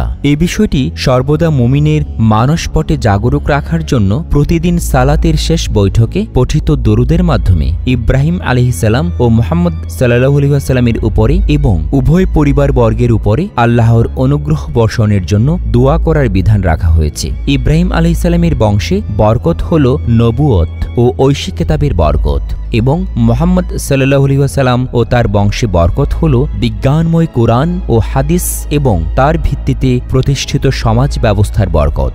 ইব্রাহিম আলাইহিসসালাম ও তার বংশধর সম্পর্কে আল্লাহ তাআলা বলেন, আমি তাকে দান করলাম ইসহাক ও ইয়াকুবকে এবং তার বংশধরগণের মধ্যে প্রদান করলাম নবুয়ত ও কিতাব। তাকে আমি দুনিয়াতে পুরস্কৃত করলাম, নিশ্চয়ই পরকালে সে সৎ লোকদের অন্তর্ভুক্ত হবে। আনকাবুত 29/27। অতঃপর শেষ নবী মুহাম্মদ সাল্লাল্লাহু আলাইহি ওয়াসাল্লাম সম্পর্কে আল্লাহ বলেন, যারা আল্লাহ ও শেষ দিবসের অর্থাৎ আখিরাতে মুক্তির আশা রাখে এবং আল্লাহকে অধিক হারে স্মরণ করে, তাদের জন্য আল্লাহ রাসূলের অর্থাৎ মুহাম্মদ সাল্লাল্লাহু আলাইহি ওয়াসাল্লামের মধ্যে উত্তম নমুনা রয়েছে। আহজাব 33/21। অতঃপর তার পরিবার সম্পর্কে বলা হয়েছে, হে নবী পরিবারের সদস্যগণ, আল্লাহ কেবল চান তোমাদের থেকে অপবিত্রতা দূর করতে এবং তোমাদেরকে পূর্ণরূপে পবিত্র রাখতে। আহজাব 33/33। শেষ জামানায় ইমাম মাহদি আসবেন। হযরত ফাতিমা রাদিয়াল্লাহু তাআলা আনহু এর বংশধরগণের মধ্যে হতে এ বিষয়ে বহু সহিহ হাদিস বর্ণিত হয়েছে। আবু দাউদ, তিরমিজি, মিশকাত 5453 থেকে 54। এইভাবে ইব্রাহিম আলাইহিসসালাম ও মুহাম্মদ সাল্লাল্লাহু আলাইহি ওয়াসাল্লামের নামে পৃথিবীর শেষ দিন পর্যন্ত দিকে দিকে শ্রদ্ধার সঙ্গে উচ্চারিত হতে থাকবে। ওয়ালিল্লাহিল হামদ। এবারে সর্বশেষ বলছি, ইব্রাহিম আলাইহিসসালামের প্রায় 200 বছরের পুরা জীবনটাই ছিল পরীক্ষার জীবন। সুখে দুঃখে আনন্দে বিষাদে সর্বাবস্থায় তিনি ছিলেন আল্লাহর উপরে একান্ত নির্ভরশীল। পরিবার, সমাজ ও রাষ্ট্রশক্তির বিরোধিতা তাকে তার বিশ্বাস থেকে এক চুল টলাতে পারেনি।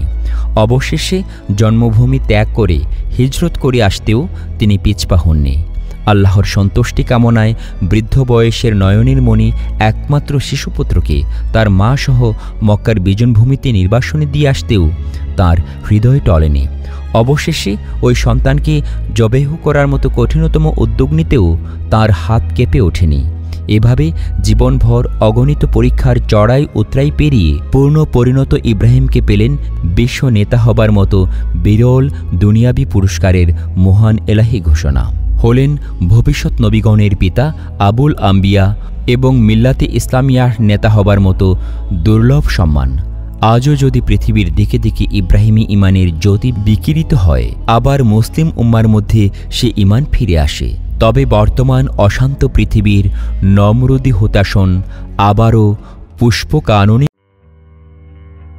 হজরত সুলাইমান আলাইহিসসালামের জীবনী পাঠের পূর্বে শুরুতেই প্রাসঙ্গিক একটি মজাদার ছোট্ট গল্প বলছি।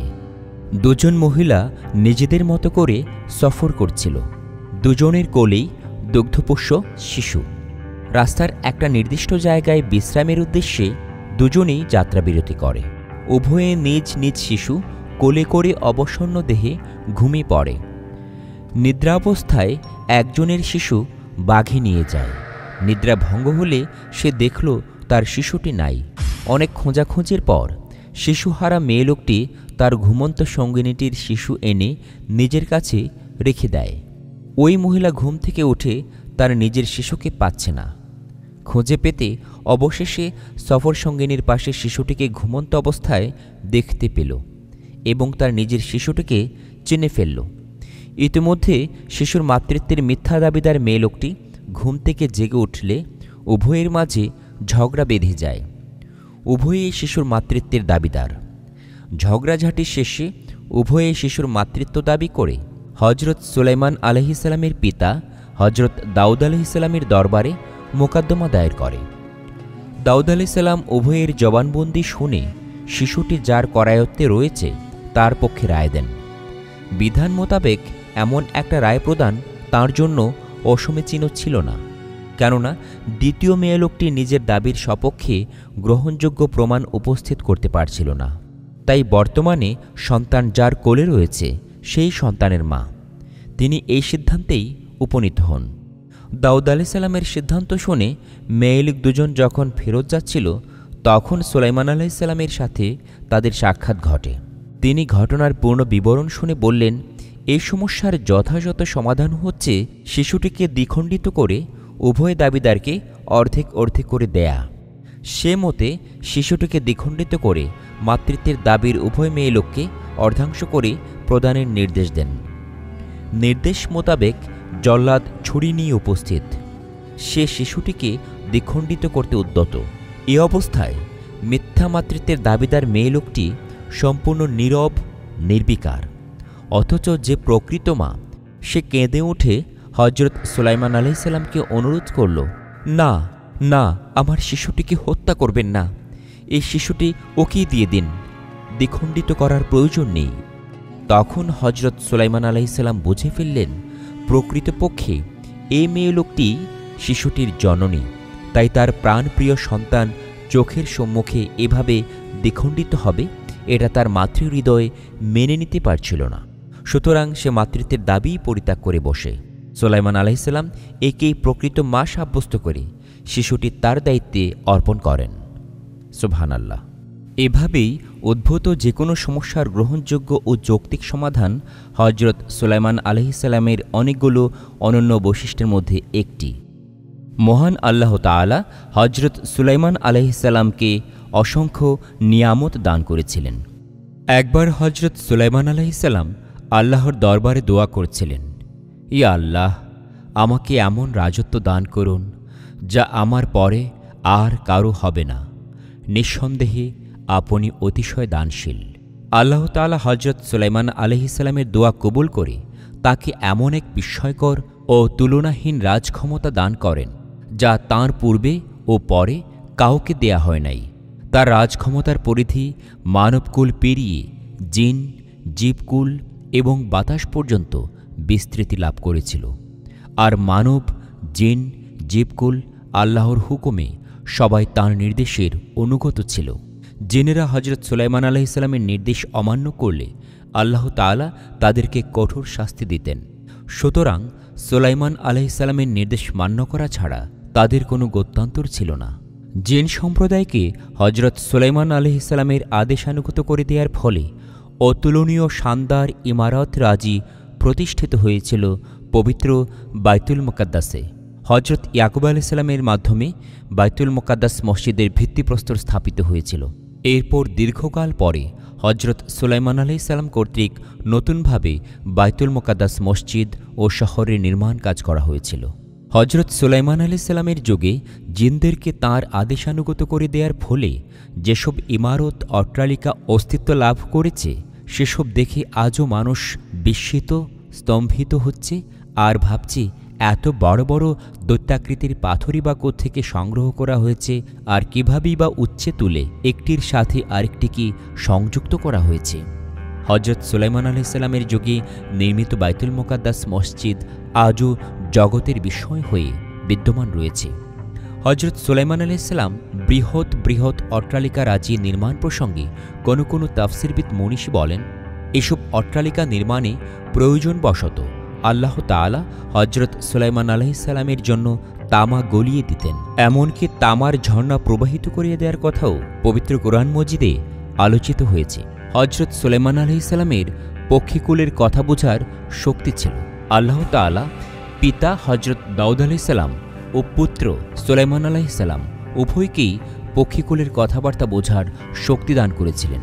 তারা মানুষের কথার মতো পক্ষীকুলের কথা বুঝতে সক্ষম ছিলেন। বাতাসকে হজরত সুলাইমান আলাইহিসসালামের আদেশ আনুগত করে দেয়া হয়েছিল। তার নির্দেশ মোতাবেক বাতাস প্রবাহিত হতো। প্রিয় দর্শক শ্রোতা, আলোচনা করছি হজরত সুলাইমান আলাইহিসসালামের পূর্ণাঙ্গ জীবনী। হজরত সুলাইমান আলাইহিসসালাম নবী হজরত দাউদ আলাইহিসসালামের পুত্র। আল্লাহ তাআলা তাঁর প্রকৃতিতেই মেধা, প্রত্যুৎপন্নমতিত্ব এবং যে কোনো মোকদ্দমার তড়িৎ সমাধানের পরিপূর্ণ যোগ্যতা নিহিত রেখেছিলেন। তার মায়ের নাম সম্পর্কে নির্ভর করার মতো কোনো তথ্য পাওয়া যায় না। অবশ্য তাওরাতে তার মায়ের নাম বিনতে সাবা বলে উল্লেখ করা হয়েছে। কেউ কেউ বাদশা বিনতে হান্না বলেছেন। বিনতে সাবা মতান্তরে বাদশা বিনতে হান্না কথিত সেনাপতি উরিয়ার স্ত্রী ছিলেন। পরে দাউদ আলাইহিসসালাম তাকে বিয়ে করেন, কিন্তু ঐতিহাসিক পর্যালোচনা এবং কোরআনুল করিমের শিক্ষার আলোকে উরিয়ার ঘটনায় মিথ্যা বলে দৃঢ়ভাবে প্রতিপন্ন হয়। সুতরাং তাওরাতের নামে চালিয়ে দেয়া ইহুদিদের উরিয়া সংক্রান্ত বর্ণনা সমূলেই মিথ্যা বলে প্রতিভাত হয়। তাই এ বর্ণনার উপর নির্ভর করে সুলাইমান আলাইহিসসালামের জন্মদাত্রী সম্পর্কে কোনো স্থির সিদ্ধান্তে উপনীত হওয়া যায় না। পবিত্র কোরআনের আলোচনায় প্রতীয়মান হয় হজরত ইয়াকুব আলাইহিসসালামের সূত্রে হজরত সুলাইমান আলাইহিসসালাম হজরত ইব্রাহিম আলাইহিসসালামের অধস্তন বংশধর। আল্লাহ তাআলা জন্মগতভাবেই হজরত সুলাইমান আলাইহিসসালামের প্রকৃতিতে মেধা, উপস্থিত বুদ্ধিমত্তা এবং উদ্ভূত যে কোনো সমস্যার যথাযথ গ্রহণযোগ্য সমাধানের গুণ বৈশিষ্ট্য এবং যোগ্যতা নিহিত রেখেছিলেন। পিতা হজরত দাউদ আলাইহিসসালাম তার মাঝে আজন্ম উল্লিখিত সব গুণ বৈশিষ্ট্য ও যোগ্যতা অবলোকন করে শৈশবকাল হতেই রাষ্ট্রীয় বিভিন্ন কার্যক্রম সমাধানের দায়িত্ব তাঁর উপর ন্যস্ত করতেন। ইতিহাসবেত্তাগণ বলেন, হজরত সুলাইমান আলাইহিসসালাম প্রাপ্তবয়স্ক হওয়ার পরই হজরত দাউদ আলাইহিসসালাম ইন্তেকাল করেন। আল্লাহ তাআলা নবুয়ত ও রাষ্ট্রক্ষমতা উভয় ক্ষেত্রেই তাঁকে পিতার উত্তরাধিকারী নির্বাচন করেন। এ সম্পর্কে কোরআনুল করিমে ইরশাদ করা হয়েছে, আর সুলাইমান দাউদের উত্তরাধিকারী হলেন। সূরা নামল আয়াত 16 পারা 19। এখানে একটি বিশেষ কথা বলে রাখছি, হজরত সুলাইমান আলাইহিসসালাম হজরত দাউদ আলাইহিসসালামের নবুয়ত এবং রাষ্ট্রক্ষমতার উত্তরাধিকারী হয়েছেন বটে, কিন্তু তার পরিত্যক্ত সম্পদের উত্তরাধিকারী হন নাই। কেননা আম্বিয়ায়ে কেরামের পরিত্যক্ত সম্পদের কোনো উত্তরাধিকারী না হওয়ারই বিধান। আম্বিয়ায়ে কেরামের পরিত্যক্ত সম্পদ সাদগা হয়ে যায় এবং নিঃস্ব, গরিব, মিসকিন জনগোষ্ঠীর সম্পদে পরিণত হয়। এবারে হজরত সুলাইমান আলাইহিসসালাম সম্পর্কে সাধারণে প্রচলিত একটি মিথ্যা ঘটনা সম্পর্কে বলছি। একদা হজরত সুলাইমান আলাইহিসসালাম পায়খানায় যেতে হাতের আংটি খুলে এক স্ত্রীর কাছে রেখে যান। এই আংটিতে ইসমে আজম লেখা ছিল, তাই সেটি হাতে করে পায়খানা গমন তার কাছে খুবই অপছন্দনীয়, অশোভনীয় ব্যাপার বলে মনে হয়। তিনি আংটিটি রেখে যাবার পর সাক্ষর নামক দুই জিন তাঁর সিংহাসনে আরোহণ করে নকল সুলাইমান আলাইহিসসালাম সেজে রাজ্য শাসন শুরু করে দেয়। এভাবে নবুয়ত ও রাষ্ট্রক্ষমতা উভয়ই হজরত সুলাইমান আলাইহিসসালামের হস্তচ্যুত হয়ে যায়। তিনি পায়খানা হতে প্রত্যাবর্তন করে যে স্ত্রীর নিকট আংটি রেখে গিয়েছিলেন তার নিকট সেটি ফেরত চান। স্ত্রী বললেন, আমি তো সুলাইমান আলাইহিসসালামকেই আংটিটি সমর্পণ করেছি, তুমি আবার কোত্থেকে সুলাইমান হওয়ার দাবি নিয়ে উত্থিত হলে। আকৃতিতে পরিবর্তন আসায় স্ত্রী তাকে চিনতেও পারেন নাই। স্ত্রীর মতো কেউ তাকে চিনতে পারত না। এই পরিস্থিতিতে তিনি অত্যন্ত ব্যথিত হৃদয়ে আল্লাহর দরবারে দোয়া প্রার্থনা করতে থাকেন। এই অবস্থায় 40 দিন অতিবাহিত হয়ে যায়। এই মহা বিপদকালে তিনি প্রাসাদ ত্যাগ করে সমুদ্র পাড়ে বসবাস করতেন এবং শ্রমিকের কাজ করে যে অর্থ পেতেন তা দিয়ে নিজের প্রয়োজন মেটাতেন। একদিন জনৈক ব্যক্তি বাজার থেকে মাছ কিনে তা বাড়িতে পৌঁছে দেওয়ার জন্য সুলাইমান আলাইহিসসালামকে কুলি নির্বাচন করে। মাছ বাড়িতে পৌঁছে দিলে সে লোক খুশি হয়ে তাকে একটি মাছ দান করে। তিনি নিজের আবাসে এসে মাছটি কাটেন। তখন মাছের পেট থেকে তার আংটি বেরিয়ে আসে। যে দুষ্ট জিন এই আংটি প্রতারণামূলকভাবে করায়ত্ত করেছিল, একদিন সে জিনটি প্রয়োজনবশত নদীতে গেলে তার হাত ফসকে আংটি নদীর পানিতে পড়লে আলোচ্য মাছটি সেটি গিলে ফেলে এবং উল্লিখিত পন্থায় পুনরায় তার হস্তগত হয়। আর তিনি নবুয়ত ও রাজকীয় বিধিবিধান জারি করতে শুরু করেন। উল্লিখিত ঘটনা সম্পূর্ণরূপে একটি কল্পকাহিনী। এর উদ্গাতা রচয়িতা ইহুদি সম্প্রদায়। আম্বিয়াই কেরামের সম্মানহানির মিথ্যা রচনায় ইহুদি সম্প্রদায় বিশেষ কৃতিত্বে কৃতিত্ববাদ। এই চরম মিথ্যাবাদী সম্প্রদায়টি অপরাপর আম্বিয়াই কেরামের মর্যাদাহানিকর অসংখ্য কল্পকাহিনী গড়ে যেমন জগৎময় প্রচার করেছে, তেমনি হজরত সুলাইমান আলাইহিসসালাম সম্পর্কেও আলোচ্য মিথ্যা কল্পকাহিনী রচনা করেছে।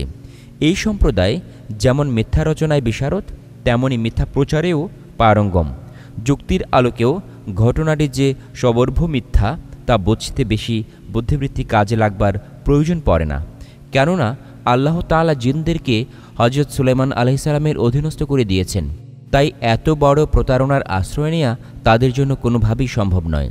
দ্বিতীয়ত, তার নবুয়ত রেসালাত সম্পূর্ণরূপে আল্লাহর দান। তাঁর অধীনস্থ সম্প্রদায়ের কেউ এহেন প্রতারণার মাধ্যমে এই দান করায়ত্ত করবে, সুস্থ বিবেক বুদ্ধিসম্পন্ন কোনো মানুষের জন্য এটা মেনে নেওয়া অসম্ভব। তৃতীয়ত, তর্কের খাতিরে আংটির সাথে রাজক্ষমতার সম্পৃক্ততা মেনে নিলেও নবুয়তের সাথে এর কোনো সম্পৃক্ততা নেই। তাই এই কাহিনী যে সম্পূর্ণরূপে ইহুদিদের মিথ্যাচার তা দিবালোকের মতো স্পষ্ট। পিপিলিকা দলের বসবাসস্থলে হজরত সুলাইমান আলাইহিসসালাম। হজরত সুলাইমান আলাইহিসসালামের সেনাবাহিনী জিন ও মানবকুল সমন্বয়ে গঠিত ছিল। অন্যান্য জীবগুলো তার সেনাবাহিনীতে অন্তর্ভুক্ত ছিল। বিশাল বাহিনী হওয়া সত্ত্বেও কোনো প্রকার বিশৃঙ্খলা ছিল না, বা বিশৃঙ্খলা পরিস্থিতি সৃষ্টির সাহসও কেউ পেত না। মর্যাদা অনুযায়ী সবার স্থান নির্ধারিত ছিল। নির্ধারিত স্থানে সারিবদ্ধ হওয়া ব্যতিরেকে কোনো বাহিনী অগ্রসর হতে সাহস পেত না। অটুট শৃঙ্খলা সম্পন্ন এ বিশাল বাহিনী সহকারে হজরত সুলাইমান আলাইহিসসালাম কোথাও যাচ্ছিলেন। পথ চলতে চলতে তিনি এমন এক গ্রামীণ এলাকায় এসে উপনীত হন যেখানে অগণিত পিপিলিকা বাস করত। অবস্থা দৃষ্টে মনে হয় এই যেন পিপিলিকা দলের স্বতন্ত্র রাষ্ট্র, যেখানে অন্য কারো প্রবেশ কষ্টকরই বটে। হজরত সুলাইমান আলাইহিসসালামের বিশাল বাহিনী দর্শনে পিপিলিকা রাজ ভীষণ ভয় পেয়ে যায়। তার ভয়, এই বিশাল বাহিনী তাদের বস্তির উপর দিয়ে অতিক্রম করলে লক্ষ লক্ষ পিপিলিকা তাদের পদতলে পিষ্ট হয়ে মারা যাবে। তাই পিপিলিকা রাজ স্বজাতিকে আসন্ন ধ্বংসের কবল থেকে রক্ষার জন্য বলতে লাগল, হে পিপিলিকা দল, হজরত সুলাইমান আলাইহিসসালাম তার বিশাল বাহিনী সহ তোমাদের বস্তির দিকে আসছেন। তিনি তোমাদের বস্তি হয়েই পথ অতিক্রম করবেন। এটা তোমাদের জন্য এক মহা বিপদ, কারণ তার বিশাল বাহিনীর পদতলে পিষ্ট হয়ে তোমরা লাখে লাখে মারা পড়বে। সুতরাং ধ্বংসের কবল থেকে নিজেদের রক্ষার জন্য তোমাদের উচিত হবে তড়িৎ গতিতে গর্তে ঢুকে পড়া। আল্লাহ তাআলা কোরআনুল কারিমে এই কাহিনীটি ইরশাদ করেন, আর একত্র করা হয়েছিল সুলাইমানের জন্য তার সৈন্যবাহিনী জিন, মানব ও পক্ষীকুল হতে, এবং চলাকালীন তাদেরকে থামতে হতো।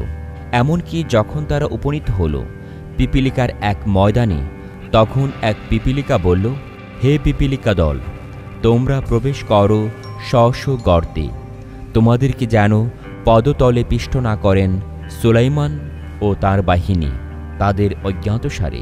কোরআনে বর্ণিত উল্লেখিত ঘটনাটি থেকে জানা যায়, পিপিলিকা রাজ্যেরও এরূপ দৃঢ় বিশ্বাস ছিল যে কোনো নবী জ্ঞাতসারে আল্লাহর কোনো সৃষ্টির উপর জুলুম করতে পারেন না। তাই পিপিলিকাটি স্বসম্প্রদায়কে গর্তে ঢুকে পড়ার আহ্বান জানানোর সময় অজ্ঞাতসারে কথাটি উল্লেখ করেছে, কেননা একজন নবী আল্লাহর কোনো সৃষ্টির উপর জ্ঞাতসারে জুলুম করবেন এটা চিন্তাও করা যায় না। হজরত সুলাইমান আলাইহিসসালাম স্বজাতির প্রতি পিপিলিকা রাজ্যের এই আহ্বান শুনতে পেয়ে মনে মনে খুবই আশ্বস্ত হন যে তিনি জ্ঞাতসারে জুলুম করবেন না, এমন আস্থা ক্ষুদ্র প্রাণী পিপিলিকারও রয়েছে। তাই তিনি মুচকে হাসেন। এই কথার উল্লেখ করে আল্লাহ তাআলা পবিত্র কোরআন মজিদে বলেন, তখন সুলাইমান পিপিলিকার কথা শুনে মুচকি হাসলেন এবং বললেন, ইয়া রব, এতে আমাকে দৃঢ়তা দান করুন যেন আমি শকর আদায় করতে পারি সেসব নেয়ামতের যা আপনি আমাকে ও আমার পিতামাতাকে দান করেছেন, আর যেন নেক আমল করতে পারি যাতে আপনি সন্তুষ্ট হন, এবং আমাকে প্রবিষ্ট করুন আপনার রহমতে আপনার পুণ্যবান বান্দাদের দলে। এবারই বলছি হজরত সুলাইমান আলাইহিসসালাম ও সাবার রানীর ঘটনা। একদা হজরত সুলাইমান আলাইহিসসালামের দরবার স্বীয় প্রভাব প্রতিপত্তি ও জাঁকজমকের সাথে অনুষ্ঠিত হতে চলেছে। এ সময় তিনি জানতে পারলেন হুদহুদ পাখিটি দরবারে অনুপস্থিত। তখন তিনি বললেন, হুদহুদ পাখিটিকে যে দরবারে উপস্থিত দেখতে পাচ্ছি না, যদি সে প্রকৃতই গ্রহণযোগ্য কোনো কারণ ব্যতীত অনুপস্থিত থাকে তাহলে এই অপরাধ শাস্তিযোগ্য। এই অপরাধে সেটিকে আমি হয়তো কঠিন শাস্তি প্রদান করব অথবা জবাই করে ফেলব, নতুবা সেটি নিজের অনুপস্থিতির সপক্ষে যৌক্তিক কোনো কারণ উপস্থাপন করবে।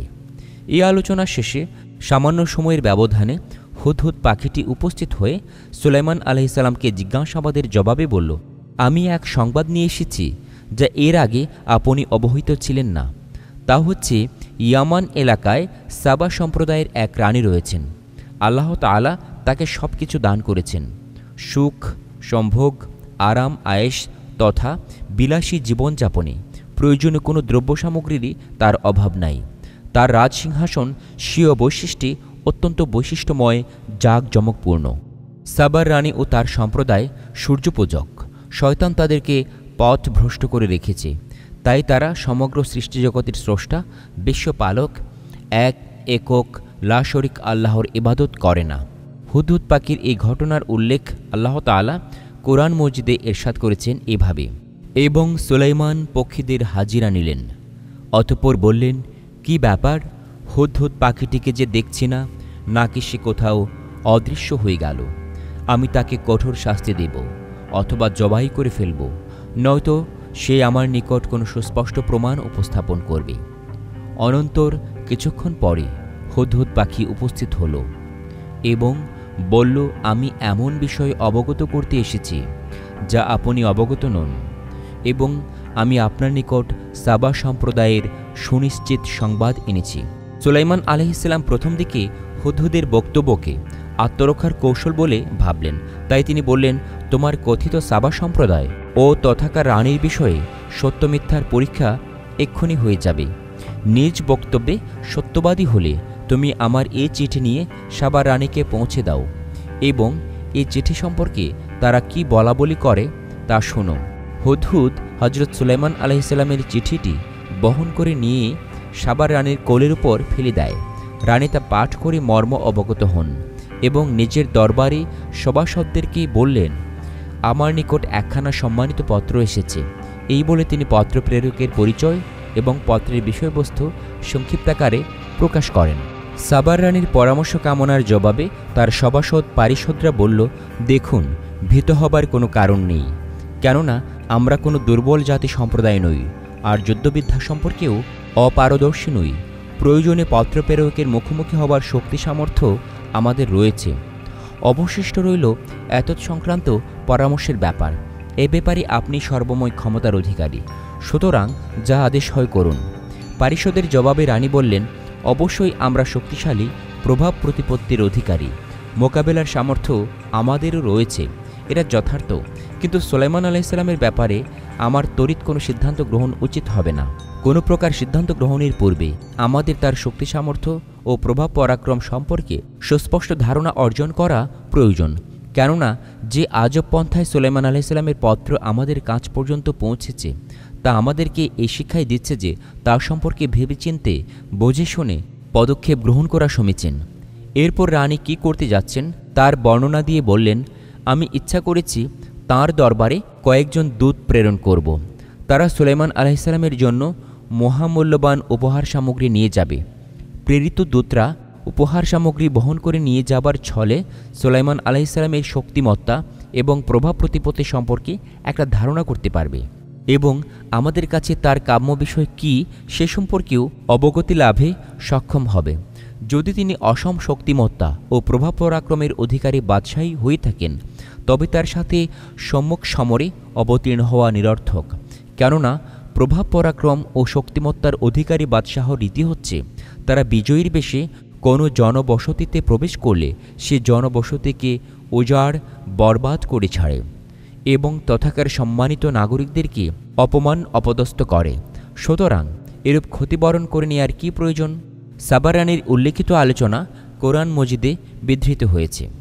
সে সাবার রানী বলল, রাজ্যাধিপতিগণ যখন কোনো জনপদে প্রবেশ করে তখন সে জনপদকে ছাড়খাড় উজাড় করে দেয় আর তথাকার সম্মানিত সম্ভ্রান্ত নাগরিকদেরকে অপমানিত অপদস্থ করে এবং এরাও তেমনই করবে। আর আমি তাদের নিকট কিছু উপহার পাঠাচ্ছি, অনন্তর দেখব প্রেরিতরা কি নিয়ে আসে। সাবার রানীর নিকট হজরত সুলাইমান আলাইহিসসালামের প্রেরিত পত্র এবং পত্রের বিষয়বস্তু অবহিত হয়ে রানী পরিষদদের সম্মুখ সমরে অবতরণের পরামর্শ অগ্রাহ্য করে বহুমূল্য উপঢৌকন সামগ্রী সহ হজরত সুলাইমান আলাইহিসসালামের দরবারে কয়েকজন দূত প্রেরিত হন। গমনকালে তারা রানীর পক্ষ থেকে বহুমূল্য উপঢৌকন সামগ্রী হজরত সুলাইমান আলাইহিসসালামের জন্য বয়ে নিয়ে যান। দূত দল হজরত সুলাইমান আলাইহিসসালামের দরবারে উপস্থিত হলে তিনি বললেন, তোমরা এবং তোমাদের রানী আমার প্রেরিত পত্রের মর্ম অনুধাবনে ভ্রান্তিতে নিপতিত হয়েছে। অতঃপর বললেন, নিজেদের ধারণা মতে তোমরা বহুমূল্য উপঢৌকন সামগ্রী নিয়ে এসেছ, সেগুলো দিয়ে আমাকে রদ করবে? অথচ আল্লাহ তাআলা অনুগ্রহবশত আমাকে যা কিছু দান করেছেন সেসবের বিপরীতে তোমাদের আনিত উপঢৌকন সামগ্রী কোনো মূল্যেরই নয়। আমার প্রতি আল্লাহ তাআলার রহমত করুণা তোমরা স্বচক্ষে দেখতে পাচ্ছ। সুতরাং তোমরা সব উপহার সামগ্রী সহ ফিরে যাও এবং তোমাদের রানীকে বলো, যদি সে আমার পত্রের বিষয়বস্তু যথাযথ কার্যকর না করে তাহলে আমি এমন বিশাল বাহিনী নিয়ে সাবাবাসী পর্যন্ত পৌঁছব যে বাহিনীর মোকাবেলা অথবা প্রতিরোধ কোনোটারই সামর্থ্য তোমাদের হবে না। আমি অপমানিত অপদস্থ করে তোমাদের সকলকে লোকালয় ছাড়া করব। হজরত সুলাইমান আলাইহিসসালামের কঠোর মনোভাব প্রকাশের পর সাবা রানীর দূত দল স্বদেশের উদ্দেশ্যে রওনা করে। দেশে ফিরে তারা সুলাইমান আলাইহিসসালামের শান শওকত, শক্তিমত্তা, প্রভাব পরাক্রম ও তার দরবারি জাঁকজমকের বিবরণ রানীর সম্মুখে সবিস্তার বিবৃত করে। তারা আরও বলল, সুলাইমান আলাইহিসসালামের রাজকীয় ক্ষমতা শুধু মানুষের উপরই নয়, বরং জিনসহ সমগ্র প্রাণীকুলই তাঁর আদেশানুগত অধীনস্থ। রানী প্রেরিত দূতদের মুখে সুলাইমান আলাইহিসসালামের রাজকীয় ক্ষমতার সবিস্তার রোয়েদাদ শুনে এই সিদ্ধান্তে উপনীত হলেন যে তার সাথে যুদ্ধে অবতীর্ণ হবার অর্থ নিজেদের ধ্বংস ডেকে আনা। সুতরাং তার আহ্বানে সাড়া দেয়াই দেশ জাতির জন্য কল্যাণকর। হজরত সুলাইমান আলাইহিসসালামের প্রেরিত পত্রের অর্থাৎ অনুগত আত্মসমর্পণকারী হয়ে আমার নিকট আসো বাক্যাংশের মুসলিম শব্দের আবিধানিক অর্থ গ্রহণ করে সাবা রানী এমন একটা ধারণা করে বসলেন যে হজরত সুলাইমান আলাইহিসসালাম ও জগতের অপরাপর শক্তিমান রাজারাজদের মতো অন্যের আনুগত্য ও বশ্যতা প্রত্যাশী। তারা যেমন নিজেদের রাজত্ব আর রাজক্ষমতার প্রতি অন্যের আনুগত্য ও বশ্যতার প্রত্যাশী, হজরত সুলাইমান আলাইহিসসালামও তাই প্রত্যাশা করছেন। এই সিদ্ধান্তে উপনীত হয়েই সাবা রানী সুলাইমান আলাইহিসসালামের সমীপে উপনীত হবার মানসে সফর শুরু করে দেন, কারণ তখনও তিনি সুলাইমান আলাইহিসসালামের দিন সম্পর্কে অনবহিত ছিলেন। সাবার রানী আসছেন এ তথ্য সুলাইমান আলাইহিসসালাম ওহী মারফত অবগত হয়ে নিজের দরবারীদেরকে সম্বোধন করে বললেন, আমি চাই সাবা রানী এখানে পৌঁছার আগেই তার রাজসিংহাসন নিয়ে আসা হোক। তোমাদের মধ্যে কে এই কাজটা করতে সক্ষম? এই নির্দেশ অবগত হয়ে দৈত্যাকৃতির এক জিন উঠে বলল, আপনার দরবার শেষ হবার আগেই আমি সাবার রানীর সিংহাসন এখানে পৌঁছাতে পারব। এই শক্তি আমার আছে। আর আমি এই অঙ্গীকার করছি যে রাজসিংহাসন সংশ্লিষ্ট বহুমূল্য দ্রব্যাদির আমি আমানতদার। কোনো প্রকারেই আমি সেসব দ্রব্য আত্মসাৎ বা বিনষ্ট করব না। জিনটির দাবি শুনতেই সুলাইমান আলাইহিসসালামের উজির বললেন, আমি চক্ষের পলকে সাবার রানীর সিংহাসন এখানে এনে দিতে পারব।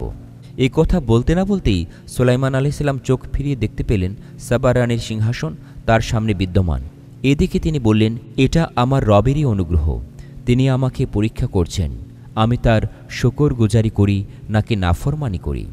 অবশেষে তিনি সাবা রানীর সিংহাসনে কিছুটা পরিবর্তন সাধনের নির্দেশ দেন। এই পরিবর্তনের উদ্দেশ্য সম্পর্কে তিনি বললেন, এর মাধ্যমে আমি দেখতে চাই সাবা রানী প্রকৃত পথের দিশা লাভ করে কিনা। সুলাইমান আলাইহিসসালামের দরবার অভিমুখে সাবা রানী রওনা হবার কিছুক্ষণের মধ্যেই তার সিংহাসন সুলাইমান আলাইহিসসালামের সম্মুখে নিয়ে আসা হয়। এর কিছুক্ষণ পরই সাবা রানী দরবারে উপস্থিত হন। পৌঁছা মাত্রই তাকে জিজ্ঞেস করা হলো, আপনার সিংহাসন কি এইরূপ? সাবা রানী ও বুদ্ধিমতী, তিনি জবাব দিলেন, তেমনটাই তো মনে হয়, যেন সেটি। রানীর কথার সারমর্ম হল, এই সিংহাসনের গঠন এবং সামগ্রিক অবস্থা তো বলছে এটা আমার, কিন্তু কিছুটা পরিবর্তন আমার দৃঢ় প্রত্যয়ে দোদুল্যমানতা সৃষ্টি করছে। তাই প্রত্যয়ে সহকারে বলতে পারছি না যে এটা আমার সিংহাসনই। রানী সুলাইমান আলাইহিসসালামকে উদ্দেশ্য করে আরও বললেন, আপনার নজিরবিহীন শক্তি, ক্ষমতা এবং প্রভাব পরাক্রম সম্পর্কে আমি পূর্বেই অবগত হয়েছি, তাই অনুগত হয়েই আপনার সম্মুখে উপস্থিত হয়েছি। আপনার সম্মুখে উপস্থিত হয়ে দেখা সিংহাসনের ব্যাপার তো আপনার অদ্বিতীয় শক্তিমত্তা ও প্রভাব পরাক্রমের তরতাজা প্রমাণ। তাই আমি পুনরায় আপনার আনুগত্য এবং বশ্যতার স্বীকারোক্তি করছি। রানীর দৃঢ় প্রত্যয় জন্মেছে, তিনি অর্থাৎ আমরা অনুগত। তিনি সুলাইমান আলাইহিসসালামের পত্রের বিষয়বস্তু যথারীতি কার্যকর করেছেন, আর সুলাইমান আলাইহিসসালাম যে উদ্দেশ্যে পত্র লিখেছেন এতে করে তা যথারীতি সিদ্ধ হয়েছে। হজরত সুলাইমান আলাইহিসসালামের পত্রের প্রকৃত উদ্দেশ্য হৃদয়ঙ্গমে সাবার রানীর মোশরেকানা জীবনযাপন পদ্ধতি প্রতিবন্ধক হয়ে দেখা দিয়েছে। এ কারণেই তিনি সৎ পথ প্রাপ্ত হন নাই। হজরত সুলাইমান আলাইহিসসালাম যখন রানীর কথাবার্তা অনুধাবন করলেন যে তিনি তার প্রেরিত পত্রের নিগূঢ় তথ্য অনুধাবনে ব্যর্থ হয়েছেন, তখন স্বীয় উদ্দেশ্য প্রকাশের উদ্দেশ্যে এক সূক্ষ্ম পন্থা অবলম্বন করলেন, যা দ্বারা তিনি রানীর মেধা ও বুদ্ধিমত্তার কাঁটার খোঁচা মারেন। তিনি জিনদের সাহায্যে আলিশান এক শীষমহল নির্মাণ করেন, যা কাচের চাকচিক্য, উচ্চতা এবং বিস্ময়কর কারুকার্যে নজিরবিহীন ছিল। তদুপরি এই শীষমহলে প্রবেশ করতে যে আঙ্গিনা পড়ে তাতে বড় একটি হাউজ খুঁড়ে পানি ভর্তি করে দিয়েছিলেন। প্রথম দর্শনে দর্শকের দৃষ্টি বিভ্রান্ত হয়ে একে প্রবাহমান পানি বলে দৃঢ় বিশ্বাস করে বসত। রানীকে রাজমহলে অবস্থানের জন্য বলা হলো। তিনি মহলের আঙ্গিনায় উপনীত হয়ে পরিচ্ছন্ন প্রবাহমান পানি দেখতে পান। এই দেখে রানী পানিতে অবতরণের জন্য পরিধেয় কাপড় পায়ের গোছার উপর তুলে ফেলেন। এবার সুলাইমান আলাইহিসসালাম বললেন, কাপড় সামলাবার প্রয়োজন নাই। যা দেখে আপনি পানি বলে ভ্রম করেছেন তা পানি নয়, সমগ্র মহল এবং তার সুন্দর আঙ্গিনার সবটুকুই পরিচ্ছন্ন কাঁচের তৈরি। রানীর মেধা ও বুদ্ধিমত্তার প্রতি এটা ছিল হজরত সুলাইমান আলাইহিসসালামের পক্ষ থেকে বিরাট এক আঘাত। এই আঘাত যথার্থ পরিস্থিতি হৃদয়ঙ্গমে তার বুদ্ধিবৃত্তি জাগ্রত করে দিয়েছিল। এবার রানী বুঝে ফেললেন, এতক্ষণ পর্যন্ত যা কিছু হচ্ছে তা শুধু একজন শক্তিশালী প্রভাব পরাক্রমের অধিকারী বাদশাহর কার্যক্রমের প্রদর্শনী নয়, বরং এসবেরই উদ্দেশ্য আমার নিকট এ বিষয়ে প্রকাশ করা যে সুলাইমান আলাইহিসসালামের এ নজিরবিহীন প্রভাব পরাক্রম, মোজেজাপূর্ণ শক্তি ক্ষমতা এমন এক সত্তার দান, যিনি চন্দ্র সূর্যসহ সমগ্র সৃষ্টি জগতের একচ্ছত্র অধিপতি। তাই হজরত সুলাইমান আলাইহিসসালাম আমার থেকে তার নিজের আনুগত্য বশ্যতা দাবি করছেন না, বরং সেই একক সত্তার আনুগত্য এবং তার প্রতি বিশ্বাস স্থাপনের আহ্বান জানাচ্ছেন, যিনি সমগ্র সৃষ্টি জগতের স্রষ্টা, পালনকর্তা এবং একচ্ছত্র অধিপতি। রানীর অনুভূতিতে এই কথা জাগার পরই অনতি বিলম্বে তিনি লজ্জিত হয়ে সুলাইমান আলাইহিসসালামের সম্মুখে মহান আল্লাহর একত্বের স্বীকৃতি প্রদান করে বললেন, অদ্যাবধি আল্লাহ ব্যতীত অন্যের পূজা অর্চনা করে আমি নিজের উপরই জুলুম করেছি। এখন আমি সুলাইমান আলাইহিসসালামের সঙ্গে একাত্ম হয়ে এক একক অংশবিহীন আল্লাহর প্রতি ঈমান স্থাপন করছি, যিনি সমগ্র সৃষ্টি জগতের স্রষ্টা, পালনকর্তা। এভাবেই হজরত সুলাইমান আলাইহিসসালামের প্রেরিত পত্রের প্রকৃত ভাবার্থ হৃদয়ঙ্গম করে সাবা রানী দ্বীন ইসলাম কবুল করেন। সার কথা, সাবা রানী হজরত সুলাইমান আলাইহিসসালামের নভিসুলভ প্রভাব পরাক্রম এবং শক্তিমত্তা দর্শনেই ইসলাম কবুল করেন। আর এটাই ছিল হজরত সুলাইমান আলাইহিসসালামের মুখ্য উদ্দেশ্য, যা তিনি প্রেরিত পত্রে ব্যক্ত করেছেন। হজরত সুলাইমান আলাইহিসসালামের দরবারে এসে তার নভিসুলভ বিভিন্ন কার্যক্রমের মাধ্যমে একক সত্তা আল্লাহর পরিচয় পেয়ে সাবার রানী ইসলাম গ্রহণ করেন। তার ইসলাম গ্রহণের পরবর্তী অবস্থা সম্পর্কে কোরআন মজিদে আর কোনো আলোচনা হয় নাই, এমনকি সহিহ হাদিসেও এতদ সংক্রান্ত কোনো আলোচনা নাই। সাধারণে সাবার রানীর সাথে সুলাইমান আলাইহিসসালামের বিবাহ বন্ধনের কাহিনী বহুল প্রচলিত। এর ভিত্তি হজরত ইকরিমার সূত্রে বর্ণিত একটি রেওয়াতি বলেই মনে হয়। হজরত ইকরিমার এই রেওয়াতের বিষয়বস্তু হচ্ছে, সাবা রানীর দ্বীন ইসলাম কবুলের পর হজরত সুলাইমান আলাইহিসসালামের সঙ্গে তাঁর বিয়ে হয়। বিয়ের পর তিনি সাবা রানীকে ইয়ামানে পাঠিয়ে দেন এবং তথাকার শাসন কর্তৃত্ব পূর্ববৎ তার উপরই ন্যস্ত থাকে। হজরত সুলাইমান আলাইহিসসালাম প্রতি মাসে 3 দিন সাবা সম্প্রদায়ের মাঝে অবস্থান করতেন, তাই তিনি সেখানে 3টি বড় বড় প্রাসাদ নির্মাণ করেন, যা সমকালে তুলনাবিহীন ছিল। হজরত ইকরিমার সূত্রে বর্ণিত সাবার রানী ও হজরত সুলাইমান আলাইহিসসালামের বিয়ে সম্পর্কে কথা হচ্ছে, যেখানে কোরআন মজিদ সাবার রানীর দিন ইসলাম গ্রহণের সংবাদ দিয়েই এতদ সংক্রান্ত আলোচনার পরিসমাপ্তি টেনেছে। কোরআন বা সহিহ হাদিস ভাণ্ডারে এ বিষয়ে কোনো আলোচনাই উত্থাপিত হয় নাই। এমন একটা বিষয়ে নীরবতা অবলম্বনই নিরাপদ। সুতরাং এ ব্যাপারে ইহুদিদের বর্ণনা ভাণ্ডারের পেছনে পড়ার কোনো যৌক্তিকতা আছে বলে মনে হয় না, আর ব্যাপারটা নিষ্প্রয়োজনও বটে। নতুবা কোরআন অবশ্যই এ ব্যাপারে এমন নীরবতা অবলম্বন করত না। সাবার রানীর নাম। কোরআন মজিদে সুলাইমান আলাইহিসসালাম ও সাবার রানীর দীর্ঘ আলোচনায় রানীর নাম উল্লিখিত হয় নাই, তবে আরবীয় ইহুদিদের উপাখ্যানে তার নাম বিলকিস বলা হয়েছে। সাবার ঐতিহাসিক পরিচিতি। আরব ঐতিহাসিক এবং আধুনিক ঐতিহাসিকদের অভিমত হচ্ছে, আরব কাহতানি বংশের একটি শাখার নাম সাবা। ঊর্ধ্বতন পুরুষ সাবার নাম অনুসারেই এ বংশ সাবা নামে প্রসিদ্ধি লাভ করেছে। সাবা উপাধি, তার প্রকৃত নাম আবদে শামস বা ওমর। এই ব্যক্তি অত্যন্ত সাহসী ছিলেন। তিনি সাবা রাজ্যের ভিত্তি স্থাপন করেন। তত্ত্বাভিজ্ঞ অনুসন্ধানী ঐতিহাসিকদের মতে খ্রিস্টপূর্ব 1100 সাল সাবা সম্প্রদায়ের রাজত্বকাল। দক্ষিণ আরবের ইয়ামনস্থ পূর্ব এলাকাই সাবা রাজ্যের কেন্দ্রীয় এলাকা। এ এলাকাকে শহরে সাবাও বলা হতো। সাবা রাজ্যের রাজধানীর নাম ছিল মাআরেব। এ রাজ্য একদিকে হাজরামাউত, অপরদিকে আফ্রিকা পর্যন্ত বিস্তৃতি লাভ করেছিল। এবারে বলছি হজরত সুলাইমান আলাইহিসসালামের ইন্তেকাল। কোরআন মজিদে হজরত সুলাইমান আলাইহিসসালামের ইন্তেকালের ঘটনা অতি সংক্ষিপ্তাকারে আলোচিত হয়েছে। এক্ষেত্রেও কোরআনের চিরন্তন মোজেজা সংক্ষিপ্ত বর্ণনারীতি অবলম্বিত হয়েছে। হজরত সুলাইমান আলাইহিসসালামের ইন্তেকাল সংক্রান্ত কোরআনী আলোচনার সার কথা হচ্ছে, জিনদের একটি বিরাট দল হজরত সুলাইমান আলাইহিসসালামের নির্দেশে জাঁকজমক এক বিরাট ইমারত নির্মাণে ব্যাপৃত ছিল। ইমারতের নির্মাণ কাজ চলা অবস্থায় হজরত সুলাইমান আলাইহিসসালামের ইন্তেকালের পয়গাম এসে যায়, কিন্তু জিনেরা তার ইন্তেকাল সম্পর্কে কিছুই জানতে পারে নাই। তাই তারা নিজেদের ওপর অর্পিত দায়িত্ব সম্পন্ন করতেই ব্যাপৃত থাকে। সুলাইমান আলাইহিসসালাম ইন্তেকালের পরেও লাঠিতে ভর দিয়ে দণ্ডায়মান থাকেন, আর জিনেরা তাকে এই অবস্থায় দেখে দেখেই অর্পিত দায়িত্ব সম্পাদন করে যেতে থাকে। কিছুদিন অতিবাহিত হবার পর উই পোকা হজরত সুলাইমান আলাইহিসসালামের লাঠির নিচের দিকে খেয়ে ফেলে। ফলে তিনি যে লাঠির উপর ভর করে দণ্ডায়মান ছিলেন সেটির ভারসাম্য বিনষ্ট হয়ে পড়ে যান। তখনই জিনেরা জানতে পারে তিনি অনেক আগেই ইন্তেকাল করেছেন।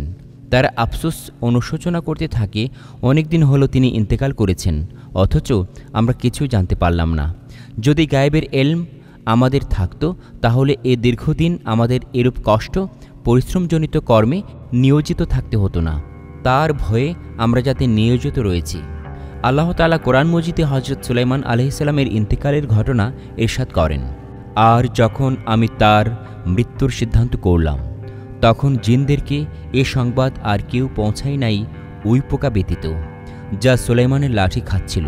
অনন্তর যখন সুলাইমান পড়ে যান, তখন জিনদের নিকট প্রকাশ পেল যে যদি তারা গায়েবের এলম রাখত, তবে এমন কঠিন কষ্টে নিরূপিত থাকত না। সূরা সাবা আয়াত 14 পারা 22। দ্বিবিধ উদ্দেশ্যে কোরআন করিমে হজরত সুলাইমান আলাইহিসসালামের ইন্তেকালের ঘটনা আলোচিত হয়েছে। প্রথমত তাঁর ইন্তেকাল সম্পর্কে অবহিত করা, দ্বিতীয়ত বনি ইসরায়েলকে তাদের আহমকি সম্পর্কে অবহিত করা। বনি ইসরায়েল জিনেরা গায়েব জানে বলে বিশ্বাস পোষণ করত। এই ঘটনার মাধ্যমে তাদেরকে চাক্ষুষ দেখিয়ে দেওয়া হলো, যদি জিনেরা গায়েবই জানত, তবে সুলাইমান আলাইহিসসালামের ভয়ে দীর্ঘকাল পর্যন্ত বাইতুল মুকাদ্দাস বা অন্য কোনো কষ্ট পরিশ্রমজনিত নির্মাণ কাজে নিজেদের ব্যাপৃত রাখত না। অতএব জিনেরা হজরত সুলাইমান আলাইহিসসালামের ইন্তেকাল সম্পর্কে অবহিত হয়ে স্বীকারোক্তি করতে হয়েছে যে আমাদের গায়েবের এলম সম্পর্কিত দাবি সম্পূর্ণ ভ্রান্ত ও অমূলক প্রমাণিত হয়েছে। হজরত সুলাইমান আলাইহিসসালাম কত বছর আয়ুষ্কাল লাভ করেছিলেন এ সম্পর্কে নিশ্চিত কিছু জানা যায় না। তবে কেউ কেউ ইন্তেকালের সময় তার বয়স 53 বছর বলে উল্লেখ করেছেন। তিনি ১৩ বছর বয়সে রাষ্ট্রক্ষমতা লাভ করেন এবং দীর্ঘ ৪০ বছর রাষ্ট্র দায়িত্ব পালন করেন বলে কথিত আছে।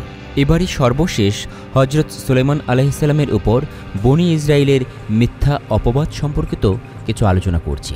আম্বিয়াই কেরামের দুর্নাম রটনা, তাঁদের উপর অহেতুক মিথ্যা অপবাদ আরোপে বনি ইসরায়েল তথা ইহুদিদের জড়ি নাই। তাদের মিথ্যা রচনা ও রটনা এবং মিথ্যা অপবাদ আরোপের এ ধারা থেকে হজরত সুলাইমান আলাইহিসসালামও রক্ষা পান নাই। তার সম্পর্কে বনি ইসরায়েলের রচিত অনেক মিথ্যার মাঝে এও এক চরম মিথ্যা যে তিনি জাদুবিদ্যার বাহক এবং এ বিদ্যা বলে কিং সুলাইমান অর্থাৎ রাজা সুলাইমান ছিলেন। আর জাদুবিদ্যা বলেই তিনি জিন, মানুষ ও পক্ষীকুল সহ অন্য সব প্রাণীকুলকে নিজের অধীনস্থ অনুগত করে রেখেছিলেন। কোরআন করিম বনি ইসরায়েলের বিশ্বাস ও চিন্তাধারা সুস্পষ্টরূপে প্রকাশ করেছে। আর যখন তাদের একজন রাসূল আসলেন আল্লাহর পক্ষ হতে, যিনি সত্যায়ন করেছেন সেসব গ্রন্থের যা তাদের নিকট রয়েছে, তখন পেছনে নিক্ষেপ করল এই কিতাবকে তাদের একদল। আর তারা অনুগামী হল এমন কাজের যার চর্চা করত শয়তানকুল সুলাইমানের রাজত্বকালে। আর সুলাইমান কুফরি করেন নাই, কিন্তু শয়তানেরা কুফরি করেছিল। তারা মানুষকে জাদু শিক্ষা দিত, আর তারা অনুগমন করল ওই জাদুরও যা অবতারিত হয়েছিল বাবেলে হারুত ও মারুত ফেরেশতাদ্বয়ের উপর। আর তারা কাউকে জাদু শিক্ষা দিতেন না, যে পর্যন্ত না বলে দিতেন আমরা তোমাদের জন্য পরীক্ষামূলক সত্তা, সুতরাং তোমরা কুফরি করো না। অতঃপর লোকেরা তাদের হতে এমন জাদুবিদ্যা শিখত যা দ্বারা পুরুষ ও তার স্ত্রীর মাঝে বিচ্ছেদ ঘটাত। আর তারা কোনো অনিষ্ট করতে পারবে না কারও তা দ্বারা আল্লাহর হুকুম ব্যতিরেকে, এবং তারা শিখত এমন বিষয় যা তাদের জন্য অনিষ্টকর, অমঙ্গলজনক। আর তারা অবশ্য জানে যে এটা অবলম্বন করবে আখিরাত, তার কোনো অংশ নাই। আর তার নিশ্চিত মন্দ, যার বিনিময়ে তারা নিজেদের প্রাণ দিচ্ছে। হায় যদি তারা জানত, আর যদি তারা ঈমান আনত এবং তাকওয়া অবলম্বন করত, তবে আল্লাহর তরফ থেকে উৎকৃষ্ট সওয়াব ছিল। হায় যদি তারা জানত। কোরআনুল করিমের উল্লেখিত আয়াতত্রয়ে সুস্পষ্টভাবে এ তথ্য প্রকাশ করা হয়েছে যে বনি ইসরায়েল হজরত সুলাইমান আলাইহিসসালামের প্রতি জাদু শিক্ষাদান ও জাদু বলে জিন, মানবসহ সমগ্র জীবকুলকে নিজের অনুগত অধীনস্থ করে রাখার যে মিথ্যা অপবাদ আরোপ করেছে তা সম্পূর্ণ মিথ্যাচার ছাড়া আর কিছুই নয়। হজরত সুলাইমান আলাইহিসসালাম জাদুবিদ্যার ধারক বাহক ছিলেন বলে ইহুদিরা প্রচারণা যে সবটাই মিথ্যা অপবাদ, এটা প্রকাশের উদ্দেশ্যেই কোরআন করিমে এ বিষয়ে আলোচিত হয়েছে। কোরআন করিমের আলোচনার সার কথা হচ্ছে সুলাইমান আলাইহিসসালামের ব্যক্তিসত্তা জাদুবিদ্যার পঙ্কিলতা থেকে সর্বতোভাবে পবিত্র। পক্ষান্তরে বনি ইসরায়েলি শয়তানদের অনুগমন অনুসরণ করে আল্লাহর কিতাব তথা কিতাবের শিক্ষা ও বিধিবিধান পশ্চাতে ছুঁড়ে ফেলেছে। যদিও হারুত মারুত ফেরেশতাদ্বয়কে তাওরাত থেকে গৃহীত আল্লাহর নামসমূহ এবং গুণ বৈশিষ্ট্যের রহস্য জ্ঞান শেখানোর জন্য প্রেরণ করা হয়েছিল, কিন্তু বনি ইসরায়েল আল্লাহর কিতাব পরিত্যাগপূর্বক শয়তানের অনুগামী অনুসারী হয়ে জাদুবিদ্যার শিক্ষার প্রতি আগ্রহী ছিল। কোরআন এ বিষয়ে এতটুকু সংক্ষিপ্ত আলোচনা করেই এ প্রসঙ্গের ইতি টেনেছে, বিস্তারিত আলোচনা উপস্থাপন করে নাই। সুতরাং আমাদেরও এ সংক্ষিপ্ত আলোচনায় ঈমান আনাই যথেষ্ট যে জাদুবিদ্যার মতো একটা কদর্য শাস্ত্রের ধারক বাহক হওয়া এবং তা নিজে চর্চা করা ও মানুষকে শেখানো কোনো নবীর কাজ হতে পারে না, আর এটা নবীর জন্য কোনো শোভনীয় বিষয়ও নয়। সুতরাং বনি ইসরায়েলের এমন মিথ্যা অপবাদ আরোপ সম্পূর্ণ ভিত্তিহীন। হজরত সুলাইমান আলাইহিসসালামের সম্পূর্ণ জীবনীটি শেয়ার করে রাখুন এবং ভবিষ্যৎ প্রজন্মকে জীবনে একবার হলেও শোনানোর চেষ্টা করবেন। আল্লাহ আমাদের সকলের উপর রহমত বর্ষণ করুন। আমিন।